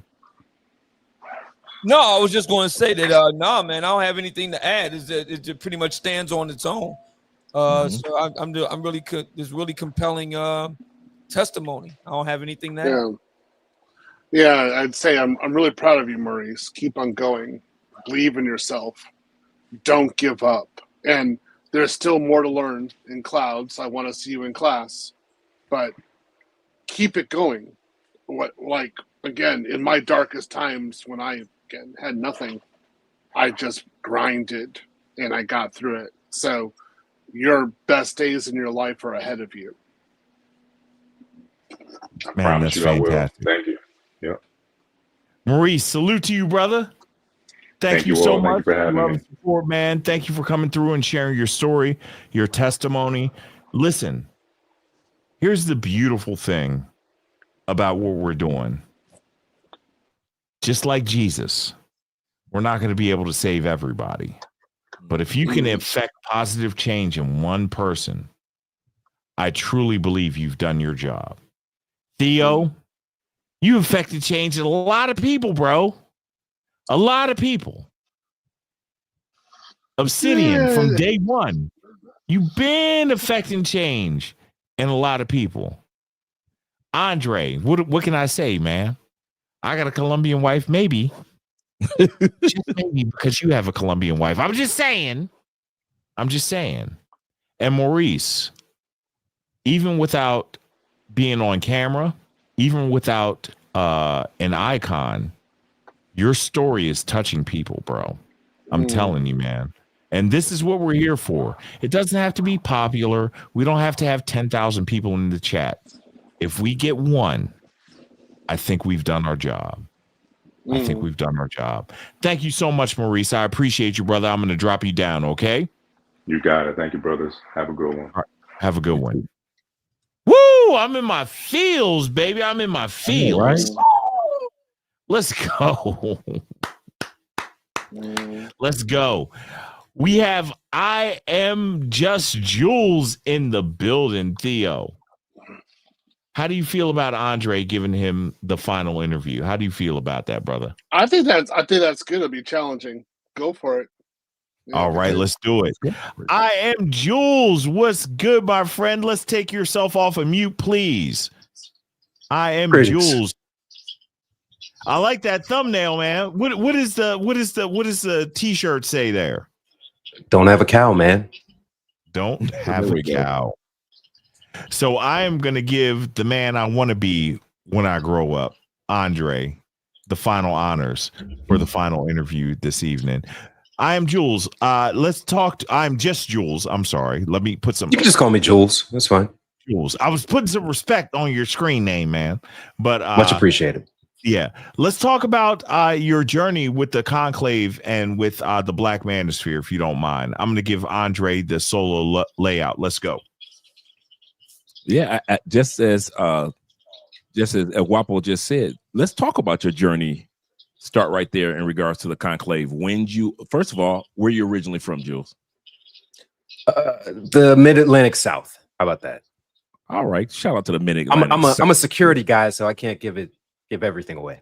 No, you got to give everything away. We appreciate that. But the one thing that we would like for you to give away is your experience with the Black Manosphere Conclave. When did you start going? Was it 2 years ago, 3 years ago? How was your experience? Because we haven't really emphasized as much on what an individual's experience was at the Conclave. So let us know what your experience was when it came to networking with guys, when it came to the speakers that you saw there.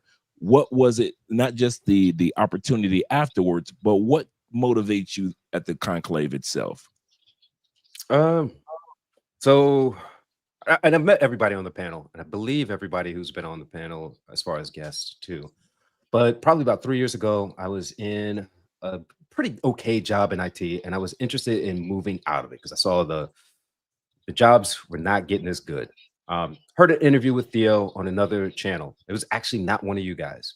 I listen to you guys a lot more than that other channel. Nothing wrong with them, but and I thought Theo made a compelling case that why go for the low-hanging fruit when you can go for the good stuff up in the sky.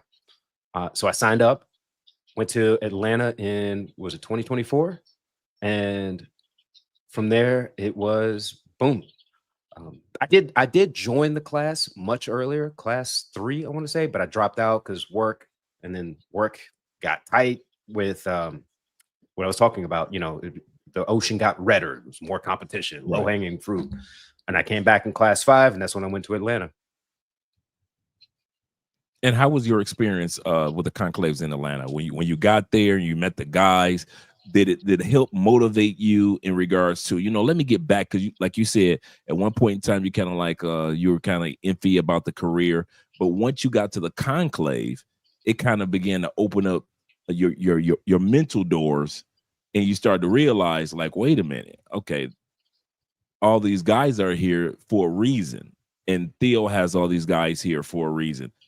And so let me take advantage of this moment of not only just motivation, but moment of opportunity. Let's just talk about your experience at this moment at the conclave in Atlanta. Yeah. I thought it was Atlanta's a weird city. You can see a lot of people with a lot of money, and then people living bad. They look worse than Theo, homeless, right? But I met a lot of good brothers, like guys from all over, especially the South, right? Guys from down the street in, you know, what's it called?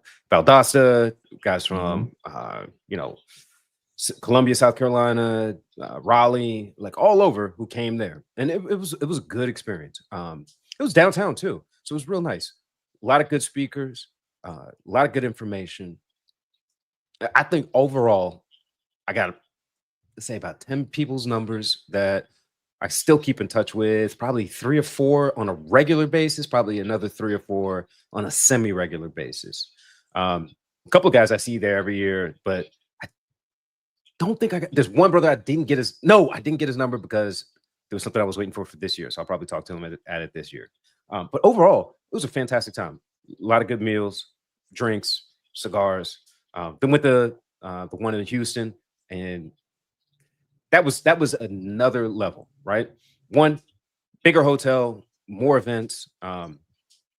It was overall just a great experience. It's about what, 3.5 days, 4 days. The only downside is, you know, it's Houston in the summer.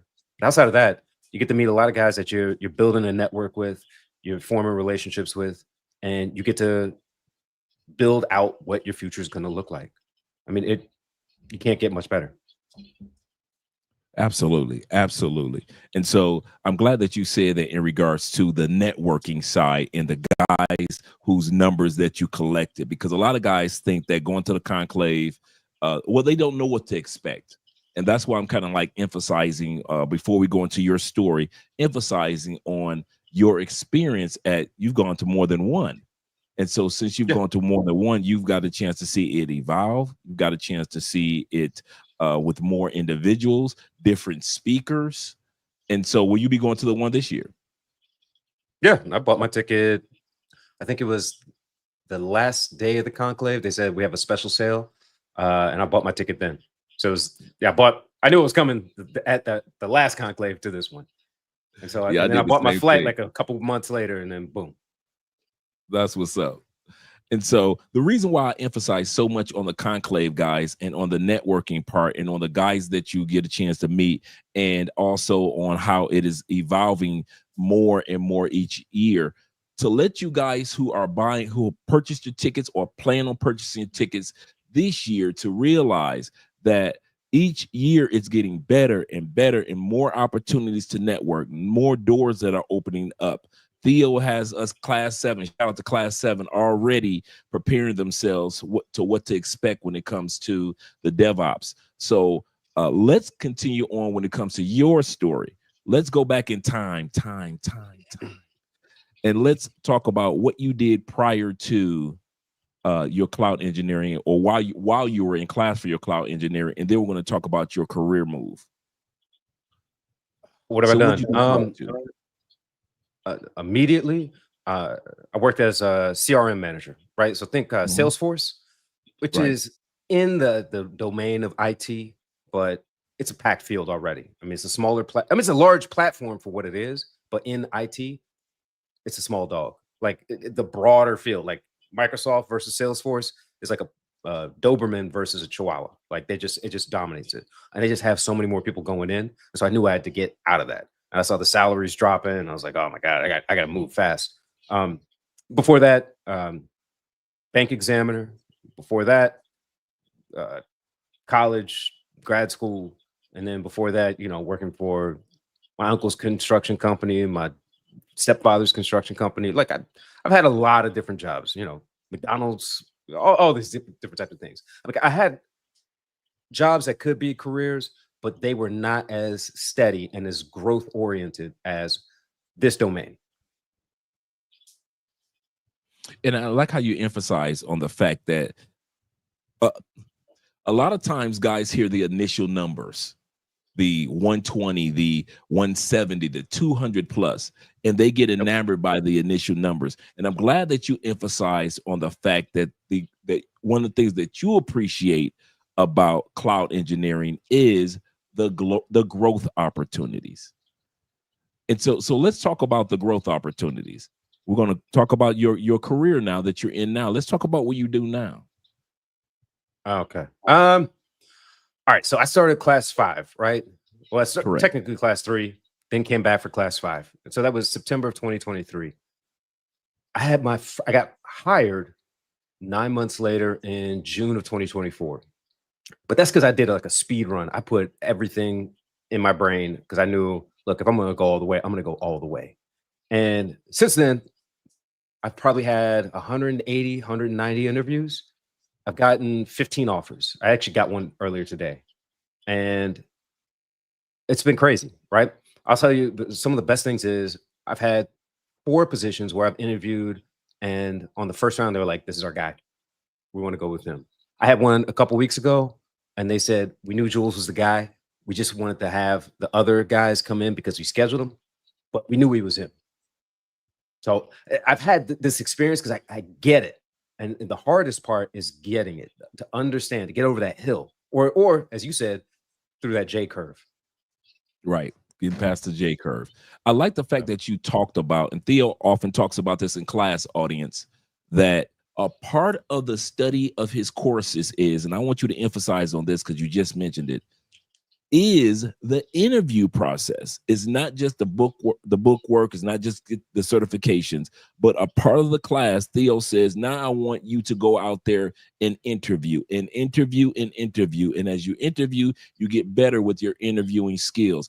Do you emphasize in regards to how you found yourself in the midst of not realize you're going to be doing 180 plus interviews, and how your skills got better and how you got more comfortable and more proficient in your interviewing ability, not just in the certifications part? Yeah. All right. So a couple things. One, I try to document what goes on in my interviews. One, I record them so I can go back and listen to them. I can go back and analyze them. 2, I talked to Law for the longest time, who was up here earlier, because he was really good at breaking down a resume. Like, what are they actually looking for? And I started listening to like what he was looking at, why he was looking at it, and how it was important. And I understood, and I finally got it. And I understood what they were looking for, and I can start to just pull that thing apart. And then you start to look at a recording of yourself. You start to notice you make this weird tick. You tilt to one side. You start to, your mouth is open in a weird way.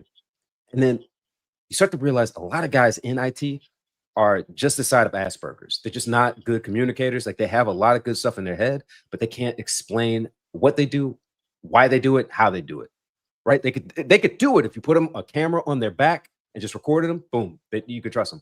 But the way you can communicate to somebody who's going to hire you and then make them feel comfortable that, oh, this guy's solving my problems, that is a key thing that I don't think a lot of people realize. I'm glad that you mentioned that, and that's why I kind of brought up the interviewing process is a part of the class audience. Just want to let you guys know that when you're here, Theo it's not like when you go to 4-year college that they just, unless you're an intern, but for the most part, they just send you to the wolves. As a 20-year academic college recruiter myself, I can tell you that during graduation, it's like everybody's running for the same elevator, and not everyone is going to be able to get on the elevator after graduation. So I like the fact that you mentioned that one of the parts of the class is not just the certifications, not just getting study groups and learning how to work with a team, but a part of what Theo often emphasizes in class is how they talk in the industry, what they often expect during interviews. Go out there and fail during interviews. And the more that you fail, you find yourself succeeding. Can you talk about that a little bit more? Oh, man. So Theo says, go get interviews with the South Asians, the Indian guys. And I'm like, nah, I don't do that anymore. Because I've done that, and they will try to humiliate you. Like, they are brutal with it. They'll ask you the most arcane, minute answers. And it is good experience to do it. You should definitely do it. I just don't do it anymore. Because I know what they're doing and why, and I just don't bother. But it is good to get somebody who's going to... I've had guys interview me, and they have a camera put on my face, and then they want me to scale out so they can see my hands, and then they want to have my screen available so they can see I'm not using ChatGPT, because they want to see me do like a pair programming where I'm doing what they want, and then I can actually do it. I'm not using any assistance, right? And then you'll learn this if you're doing the labs. If you're doing your homework and you're doing your labs, you should know how to do this. It's not terribly difficult stuff. But if you're not doing your homework, then you're going to be cooked. So if you could do it and you could get these interviews and you can explain to them, what is Terraform? How do you unlock a Terraform file when it's been locked up? Well, you'd enter the code Terraform plan lock equals false or does not equal false, and then boom, and try and run it and try and unlock the file, and you can pull it then. Like there's a lot of these things that go one way or the other, but you just got to get good at it. Correct. And I was not good at it at first, but I got there. Let's talk about past salary, because I don't want to take too much of your time. And we appreciate you and all the guys that were here motivating and inspiring all of us. Let's talk about salary, because, a lot of times guys want to talk about salary. What was your past salary before being hired, if you don't mind me asking that, whether it was part-time or full-time? And what is your salary now? So that's an interesting way to explain it. All right, so before this, my max salary was about 110, right? Mm-hmm. And then I started doing like a different thing where you could work 2 jobs, and I got it up to 190, and that was good. Like I don't live like a very expensive life, right? But it was like you have to multitask a little bit. You have to be good about your calendar management. But then I got caught, and then I got fired, and then I got hired, and then it was fine, right? So let's say like an average would be 100, and then the past. Let's say I got hired in September 2024. My average salary has been about 190K. Total comp, that could go. The highest has been about 430. But I'll definitely float between 190 and probably about 350. So currently you're between 190 and 350. In a career field, for the most part, when it comes to cloud, you had very little to no experience, correct? Yeah. I could reset my router. I could probably make some folders. Most the CRM stuff, like when people say IT, that includes like IT salesman. That's a broad range. But no, I was not like a IT guy. And before I give you the final question that El Guapo asked everybody, the reason why I asked you about salary, this was important. You were basically in the position where when you say fired or hired, again, doesn't matter. You were still dancing between a good salary. A lot of guys, and I'm glad that you emphasized that. And the reason why I kind of like I'm speaking about it, because some of you guys in the audience, you got a good job. You make a decent money. But remember what the brother said earlier. Jules was mentioning that his industry was saturated. So yes, he was making a good money, but he also mentioned earlier that the salaries were becoming smaller and smaller and smaller. So even some of you guys who are making good money in your fields, that's no guarantee that that field is going to be around, or that salary is going to be around, or that opportunity is going to be around. So do take advantage of what's being offered to you with the Black Manosphere Conclave. And the last question that everybody has answered, and you are the grand finale for this: where do you think your life would be if it had not been for the conclave, if it had not been for you coming across Theo Wolf, not coming across the network of guys that you've met and become good friends with today? What do you think your life would be like? What do you be into? It would be okay. Like, not fantastic, not terrible, but okay. But I'll put it this way. I've probably, let's say the past year, I've probably cleared 500,000, right? And met some really dynamite guys. Could you went past that real quick? Say that again for the back of the church over the last year. In the past year, I probably cleared about 500,000. Most of it's in brokerage, some of it's in my savings, but most of it's in brokerage because that's more live. You can invest it. Even the VMFX holds a lot more, and you don't have to worry about being dead money. If you put it in SoFi, Ally, whatever. Right. But I'll say this, right? I made good money. I made good friends. I made a good network, right? Case in point, place I work at has roles: DevOps, DevSecOps, cloud security, whatever. I recommended some people. Some people have gotten interviews. They gotten passed. Some people have gotten interviews. They gotten hired. But those guys who've gotten hired, they're in my network. They let me know what's coming down from a different angle in a department I'm not in, or when I'm in, but they have a different relationship with a different person. And for the part, I think I probably might have paid the most out of most guys, just because I just took I just like a glutton with IT for the past year, right? And I probably paid $2,500 to $3,000, right? I was just getting Udemy's, getting courses, all just going crazy. I made that my first check, so that's not a problem. But I know I'm at a competitive advantage, and I paid $3,000 to be 5 years ahead of everyone. My boss today was telling me how much they appreciate everything I'm doing because I am putting them on the right track because I saved them $5,000. They appreciate it because I'm saving them from having to explain to their investors why they don't have a secure environment. Because I actually understand this. I'm not one of these guys who just doesn't want to learn, get on the cloud, and then try and figure out what everything does. No, I know it. I just need to, take a look, need to set things up, and then let it roll. So I have a network of guys. I can get them jobs. They can get me jobs. We can work together. Maybe we'll make investments. I don't know. It's a good thing.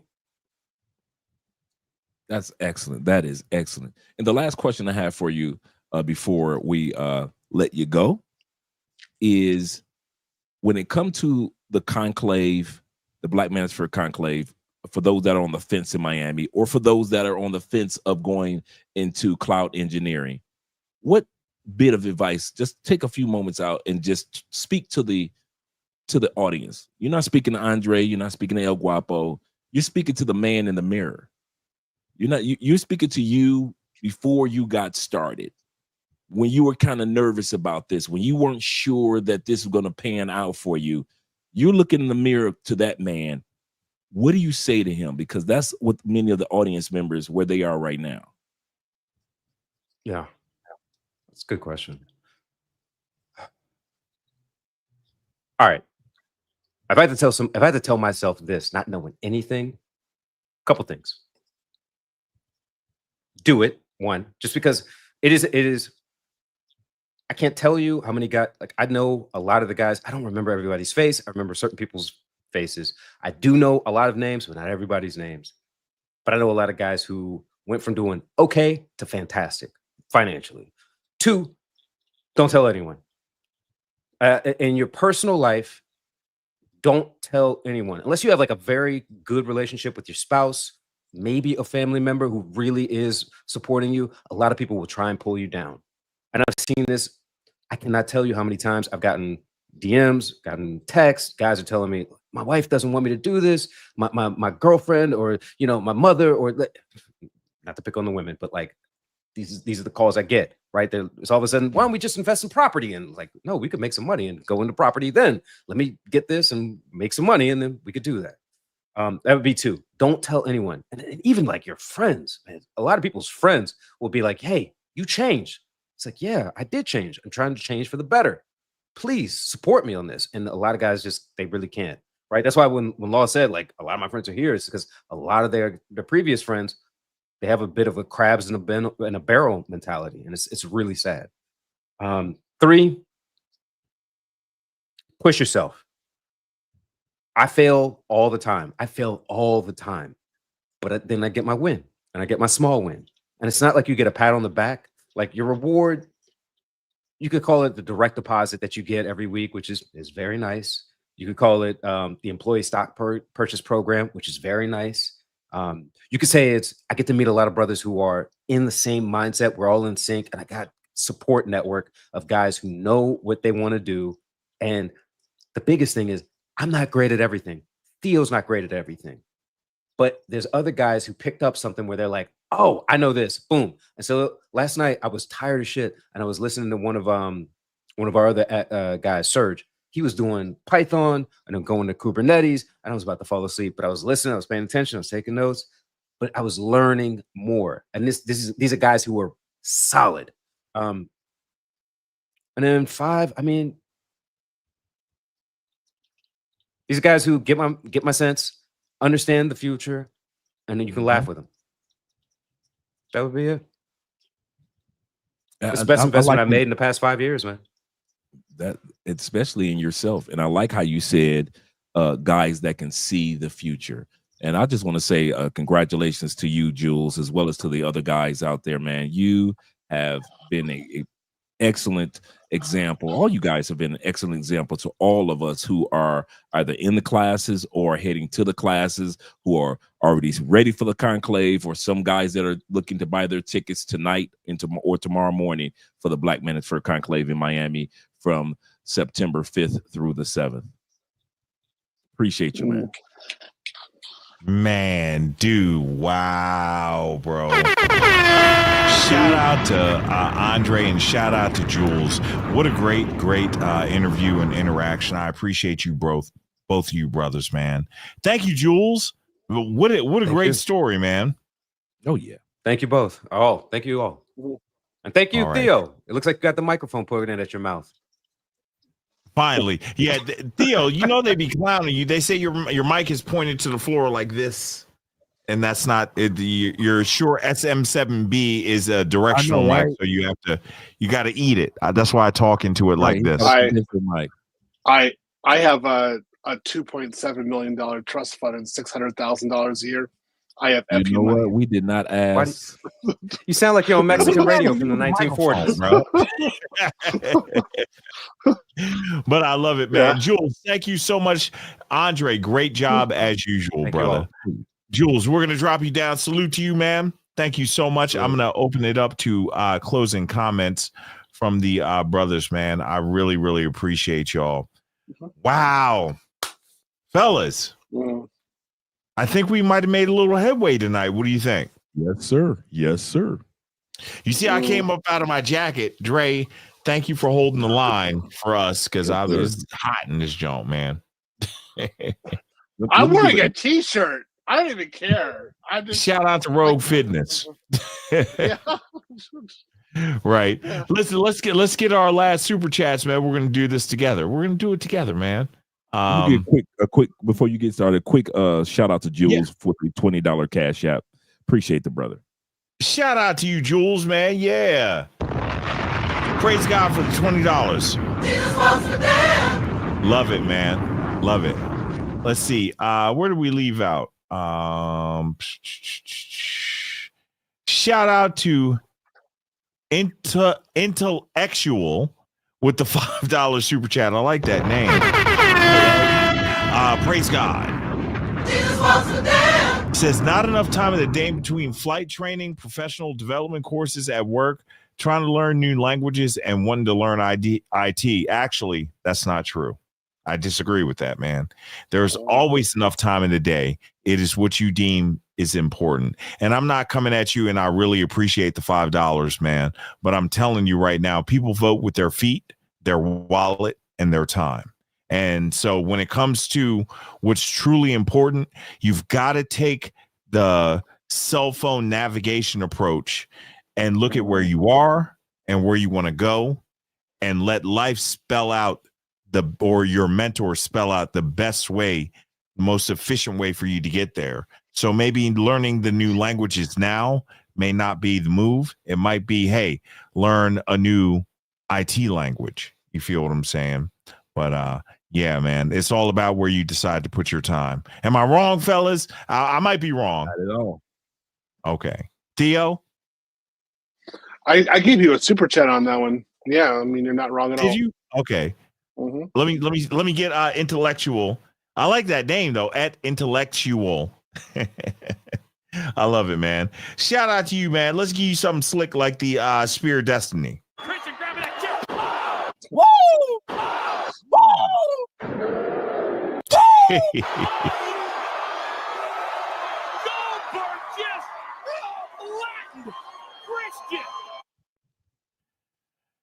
Oh, you did.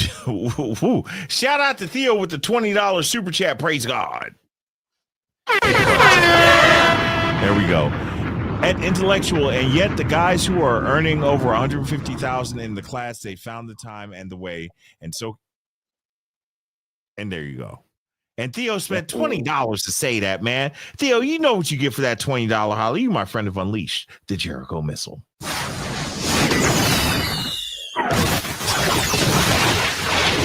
Yeah.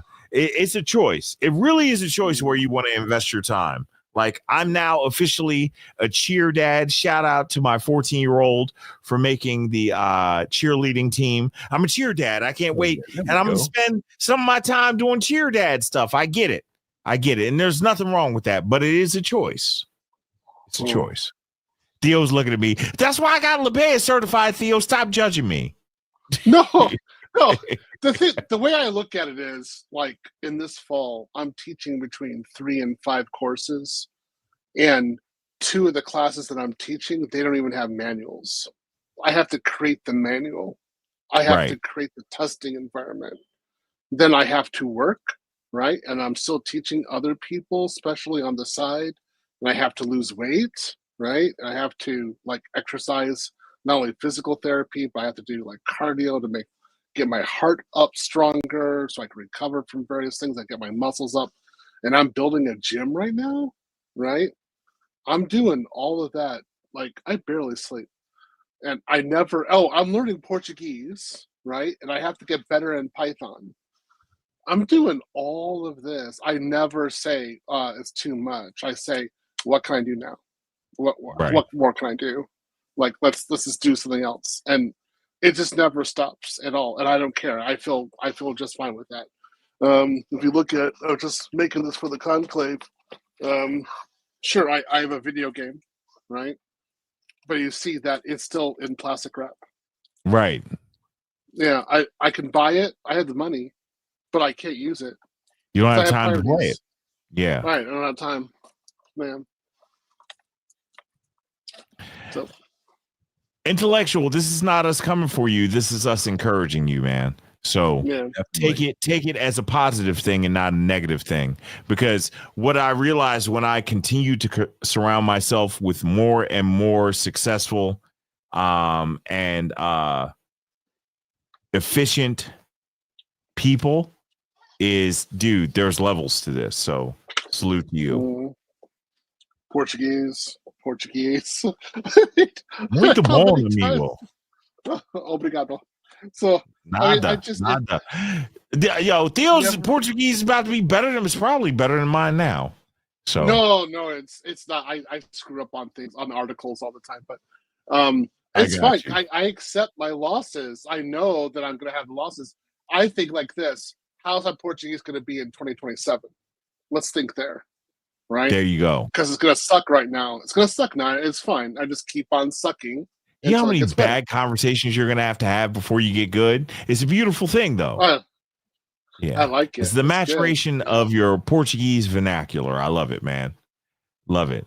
Shout out to DJ Davis 844 in the building with the $10 super chat. Praise God. Says at Intellectual, I'm doing film scoring and IT and learning more Spanish on top of that. On top of what I already know, we can do it. That's what I'm talking about. Encouragement, man. Let's go. Salute to you, DJ Davis. I appreciate the love and support, my friend. And let's give you the Rick and Morty fire style. Fire! Shout out to DJ Davis 884 in the building, man. So, team, closing comments. The Black Manosphere Conclave is September 5th through the 7th. BlackManosphere.com. That is BlackManosphere.com. You want to sign up for the Black Manosphere Conclave 5.0. We will start with Obsidian is off camera, but hopefully he'll be back soon. Andre, let's start with you, brother. Final thoughts before we go into the conclave. I've got a couple of notes that I took down. Call to action, if you will, gentlemen. First call to action is, if it were me, gentlemen, if it were me, not just going to the conclave, get your tickets, network, be ready to collect numbers, get to know guys, be ready to hang out and converse with others after each break. So don't just think that you're going to just be there by yourself. You're not going to meet anybody. We really network. But here's the first call to action that I have for you guys for the conclave. Watch this live stream again. I don't care if it's tomorrow. I don't care if it's next week. This live, I don't care if you watch it 3 times. I'm going to watch it again. That's my first call to action for you guys. Second reason, and I'll give you 4 quick reasons why you need to watch it again. Because this episode has shown you guys that, A, there's no easy route to this. It's no hookup. If you do the work, these guys are living proof that you can be that 6-figure and above, and that guy that's making the 200,000 plus figures. Number 2 is you have no excuses. Every one of these guys came up here with a bucket full of excuses, and they did it. Whether it was family, whether it was incarceration, whether it was indictments, whether it was working 18-hour days, they all came with a Kentucky Fried Chicken, extra crispy, original recipe, full of excuses, and that didn't stop them. Number 3 was they were not expecting to, and neither should you expect to do this alone. Everything starts at the conclave, but it's never ending networking and building, like Wapo often talks about. It's always building your network of positive men larger and larger. And the last one is that what they've accomplished, and the reason why you're going to watch this video again by way of call to action, what these men have accomplished is not rare. It's just rare for guys to buckle down, put the work in, build the network, do it as a group, and get hired. It's rare for us to see this, but notice it's not rare once these guys started accomplishing this. So don't think that the guys that came up here were anomalies. These were just guys that sat down, no matter what excuse they had, no matter how difficult the route was, and not trying to do it alone. And these guys have accomplished this. So I want to say thank you, El Guapo, for the live stream. Shout out to all those guys who are watching on Andre and Andre's Love Crossing Borders, as well as Obsidian. And I'm going to turn the mic over to you, gentlemen. Man, bruh, I hate following Andre, man. Daggone it, bro. You got this. You got this. Class personified, bro. Class personified. Outstanding. Great 4 points. And you hit on all 4 cylinders, man. So I appreciate it, brother. Thank you. Thank you so much. I can't wait to hang out, man. I can't wait to hang out. You know, and you get to meet LaBea this time. She'll be in town. What? So yeah, LaBea and Guapito. I'm bringing the fam. We're not staying in the host hotel, but we're gonna be there, man. So I'll let you know where we are, and we'll hang out, bro. Man, now you got me happy and excited. Go ahead. Yeah, that's awesome. That's awesome. While we're waiting for Obsidian to come back, Theo, final thoughts, final words, my friend. My point is to everybody here is you can do it. and you can come from ashes and really have a low background and come back from that and recover. All you have to do is believe in yourself and prioritize yourself, and you prioritize your time. And where there is a will, there is a way. You will figure it out. And something I have to learn myself with my own priorities when I do in my life. So no excuses. Just go out and get it done, and you can do it. I've had a great time tonight. You can tell I'm kind of tired because I've been just going straight. But I'm looking forward to teaching AI. To be honest, I'm looking forward to really building these guys to be monsters in the market, to become really competent AI cloud engineers, and where companies are going to hire them on a one-shot interview. So I really want to see this happen. So guys, think about the future. It's a long journey, but you can make it. Bruh, I love it. I absolutely love it. Thank you, Theo, bruh. I appreciate the investment that you've continued to make into this community of men and these folks that are moving in the same direction. I really appreciate it. I've talked about the impact you've made on my life and my family's life, and it's something else, man. And doggone it, man, we can't go nowhere, bro. This is not a Can't go test. nowhere. This is your Can't emergency broadcast People system don't know how to act, announcing the man. commencement of the annual Golly, purge, man. sanctioned by the U.S. government. Weapons of class 4 and Shout out to Quiet Storm. With the $100 super chat, praise God. Says, salute, gentlemen. The 4 horsemen have assembled in the words of the nature boy, Ric Flair. Shout out to the nature boy. Woo! Styling, profiling, limousine riding, jet flying, stealing, wheeling, dealing, son of a gun. Woo! Woo! Woo! Woo! Let's go. Brittany's getting old, man. Y'all be nice to Brittany, man. Y'all be nice. Theo, I see that look on your face. Be nice to Brittany Renner. She's trying. It's getting hard out here. It's hard out here for a pimp. Let me show you what I mean. I'm gonna show you. It's hard. Brittany used to be like this.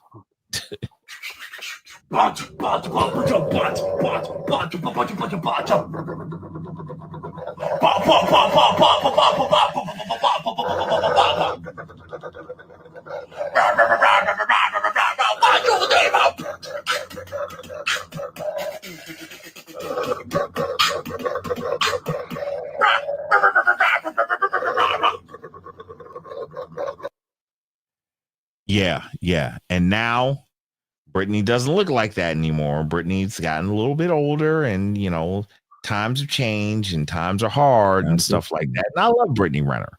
I got nothing but love for her, but she's getting elderly and now she looks like this. Woo! So y'all stop judging. Theo, that's you. That's Theo judging. I can judge. Look at Andre, all distinguished and everything, not wanting to say anything. That's okay. I'm just saying. I've been out of the States for so long that you guys work with the stateside ladies. With I know, right? Brittany's and I'm and going. I'm leaving. Okay, Lizzos. I'm leaving again. Lizzo thinks she's gonna get Theo if she lose weight, so she trying Theo. I lost. I was abroad over 20 years. I'm leaving as fast as I possibly can. So it's over. It's over. Yeah, it's over. Get it. But look, hey, everybody drop a Quiet Storm DJ in the chat. Shout out to you, man. Hang on, let me do this because I can do it. Hang on one second. Even though it's StreamYard, I'm not a StreamYard fan. Let me see if I can make this work. Pop, pop, pop. Here you go. Quiet Storm.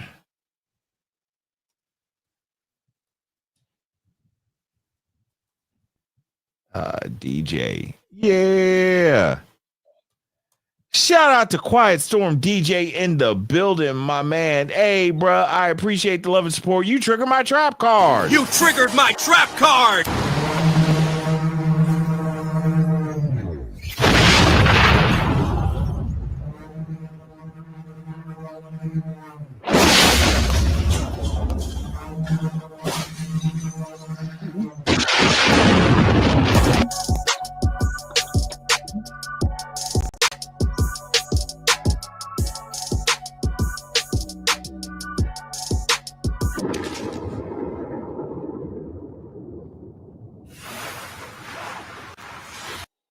Shout out to Quiet Storm DJ in the building. Thank you so much for the love and support, man. I appreciate it.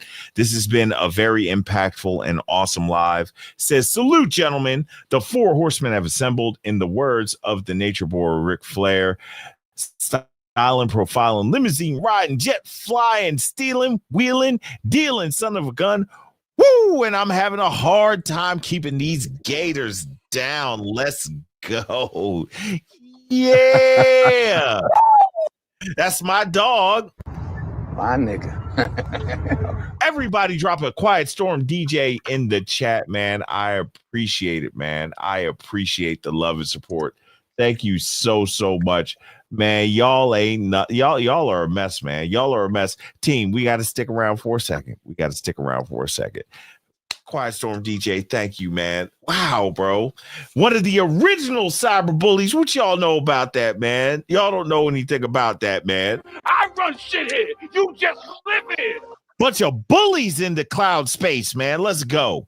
Gonna nuke you out. I appreciate it, man. But y'all, see, this is what happens. And this is what happens when we, guys, I need you to stick around. Hang tight 1 second. I know everybody's tired and all this stuff. I know it. I know everybody's tired and all this stuff. But your boy, this is what happens when you give these folks, you know what I'm talking about. Wide nose having motherfucker. When you give them money. Look at this. Watch this. This doesn't make any sense. Shout out to the International Quiet Storm in the building with the $100 King's Ransom. Praise God. Shout out to IQN. Coming through heavy, man. Doesn't know how to act. Doesn't know what to do with his money.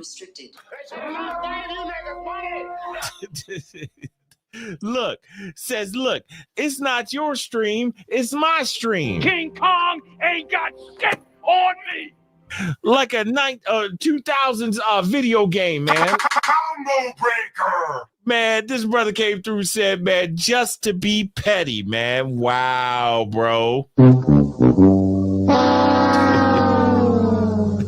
But we love it. We love it out of nowhere, like Randy Orton. It was at this moment that he knew he fucked up. That's cool. You got knocked the fuck out, man. Unbelievable KO. Unbelievable KO by Orton. And Randy Orton wins.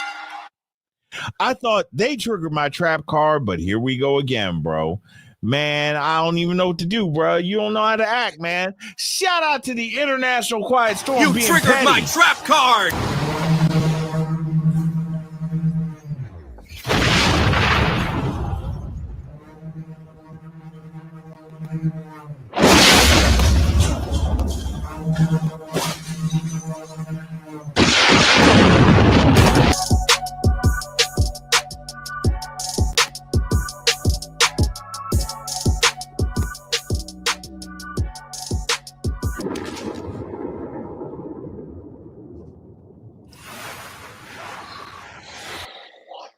To one of the absolute pillars over here on Beautiful Eyes and Kingmaker Studios. Thank you so much. The International Quiet Storm says, I refuse to pay YouTube. And that's the beauty of the King's Ransom, man. Guess what? YouTube don't get ish. Yeah. Sprinkle. Let's go. Sprinkle on them, dog. Shout out to the International Quiet Storm. I appreciate the love and support, my dog. Man, you are the best, bro. I don't know what to say, but I appreciate you so much. Thank you so much, man. Let's give you, we haven't done Suborbital in a while. Man, y'all holding these big time YouTubers up, man, with these big supports, man. We can't do that, dog. We gotta keep it moving, man. We got to keep it moving, man. Shout out to y'all, man. Oh, my goodness gracious, man. Wow. Team. Yes, to sir. Theo, to Andre. Obsidian, you still there, brother? I would love to give you a last word if you're still there, man. Yeah, There I'm here. he is. Look, how I got a phone call. Got a phone call. We'll be right back. Yeah, 10-4. I'm a riff. Watch this. Doobie doo. There we go. Hang on a second. We got to get, man. Thank you. Everybody drop a TIQS in the chat, man. You guys are doing way too much tonight, man. But here's what I want you to do. I want you to show up at the conclave. That's what I really want you to do. Are we aligned there, gentlemen? I think so. Yeah, because it's so important for us to meet you and actually get that contact, because then it's more likely you're going to be successful. To be honest, most of the guys who are getting those like 150 plus jobs, they were at the conclave in person. Facts. Absolute facts. Wow. Gosh, hold on one second. I'm behind on the super chats. So Theo gave one. DJ Davis gave one. Shout out to William H. Money in the building with the $5 super chat. Praise God. Blessings to the panel. Class 6.5 studying for my PCA. What is PCA, Theo? Professional cloud architect. That's what GCP. Okay. William Hanna in the building. Let's go. Yeah. Woo! Let him kick in the door like the SWAT team. Let's get it.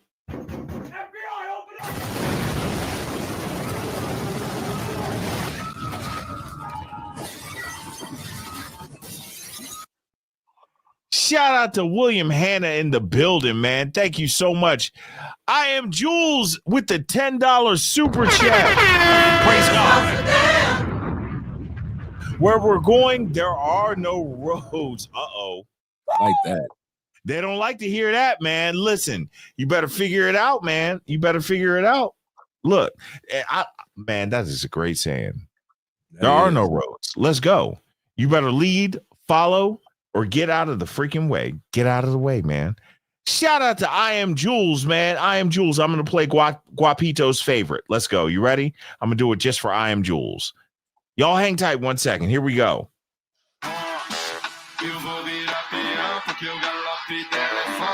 Eu vou virar peão porque eu galope telefone. Galopa, galopa, galopa, galopa. Então joga por cima do Cristo e o galope telefone. Galopa, galopa, galopa, galopa, galopa. Joga por cima de mim que o Lucas nunca bola. Galopa, galopa, galopa, galopa, galopa. Joga por cima do Cristo que o galope telefone.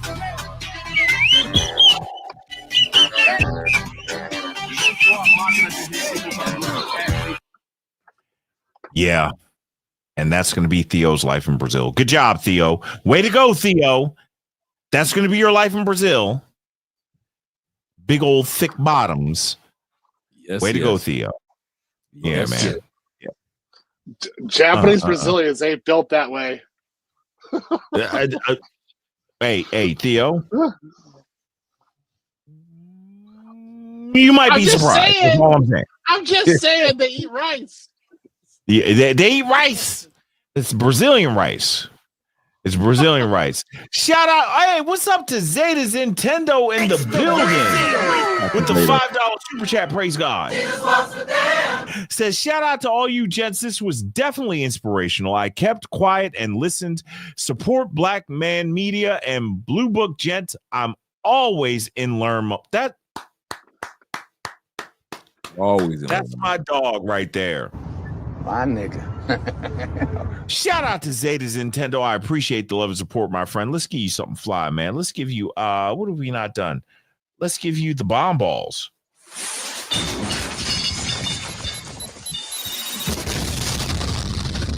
Shout out to Zeta's Nintendo, man. And let's say shout out to Intellectual back in the building again with another $10 super chat. Praise God. I take it as a positive. Just flying sleepy is not only dangerous and dumb, facts, but actually illegal. And flight training is my priority. I'll have to shuffle around when I do what? ... When I do what? Bruh, dude, you're absolutely right, man. You have to focus on your flight training, number one, man. You know, because you don't want them problems, dog. I'm telling you, man, you do not want the problems of flying while tired. I don't want peace. I want problems always. I love bad bitches, that's my fucking problem. Yeah, I like to fuck, I got a fucking problem. I love bad bitches, that's my fucking problem. Yeah, I like to fuck, I got a fucking problem. I love bad bitches, that's my fucking problem. Yeah, I like to fuck, I got a fucking problem. Shout out to y'all, man. Thank you so much. Thank you so much, Intellectual. And shout out to my main man, Zeta Nintendo, back in the building again. Theo and Andre are like, man, wrap it up, El Guapo. I'm trying to play these ladies for y'all, man, but I can't stop. I can't help myself. I'm sorry. Says, support Black Men Media. I always appreciate when you gents stream like this. I'm always listening and learning. Thank you, guys. Shout out to Chewbacca. Shout out to Chewbacca and shout out to Theo.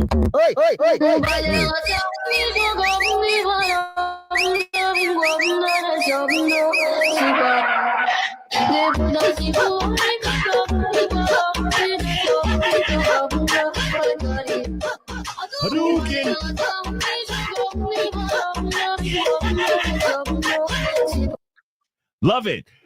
Shout out to DJ for Money in the building. Not gonna play it, but okay. Shout out Dre, fellow Raiders fan, El Guapo, and Theo. Let's go with the two super chat. Praise God. Well, I appreciate you, and so does Bartles and James. Thank you for your support. Shout out to Money Life Biz with the $5 super chat. Says, excited to meet you guys. As a black man, it's been a lonely place for... I love the ... man. That means they're coming back and spending more money. That's what I'm talking about. Yeah.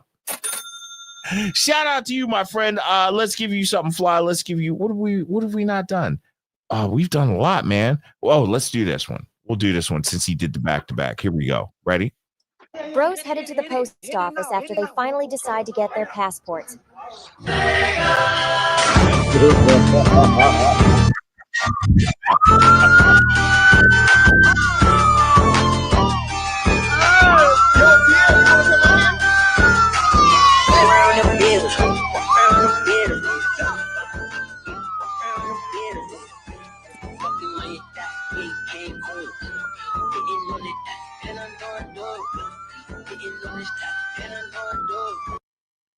Shout out to y'all, man. Thank you so much, man. I appreciate you so much. Money Life Biz Part 2 says, correction, excited to meet you guys in Miami. As a black man, it's been a lonely place in tech. Theo, is it lonely in tech for black men?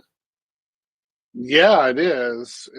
Actually, sadly, a lot of places in America, it's also lonely if you're American. There's so many companies in which everybody is like a passport as a visa holder. So yeah, it's that's one of the reasons why I did this program. I want to build more Americans, well, more people who look like me to be in the office. Bruh, yeah. So no man is an island. I love it, man. I love it, man. Yeah. Shout out to Money Life Biz, man. Let's give you the Blues Clues. Esse plaf plaf me deixa maluca, puxar meu cabelo me chama de puta. Plaf plaf plaf plaf plaf plaf plaf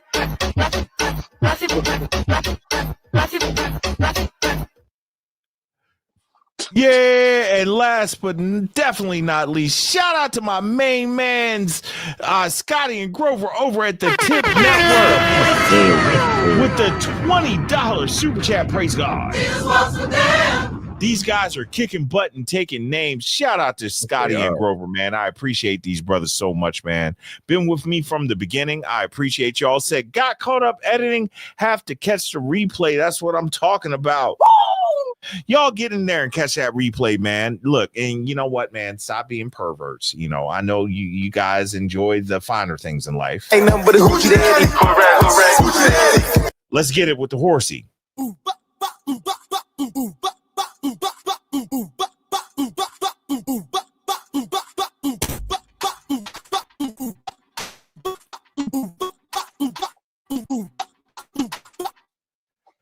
Shout out to y'all team.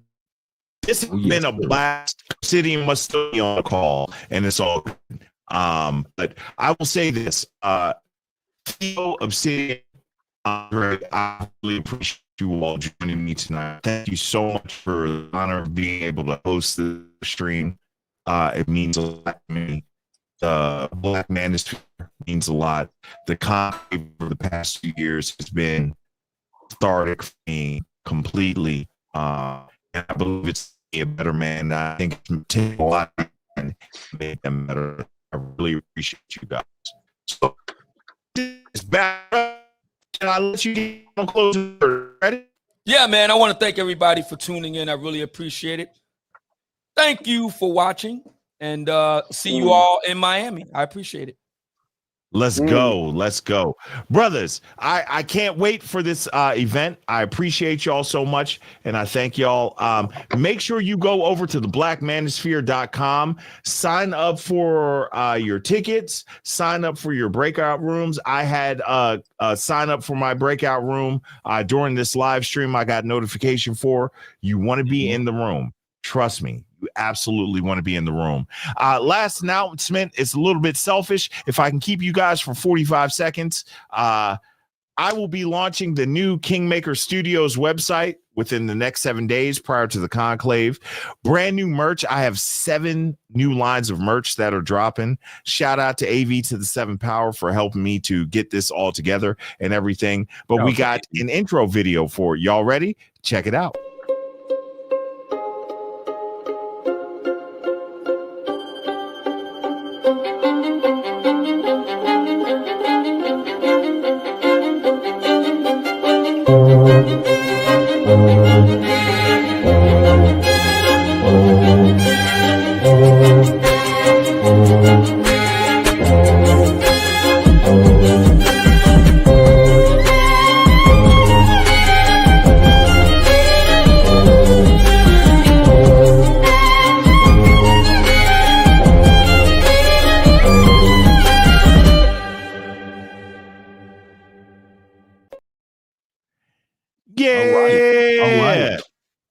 Thank you so much, y'all. Team, I appreciate y'all. I love y'all. It's been real. It's been fun. And we'll see you on the next one. Black Manosphere Conclave 5.0 and El Guapo out.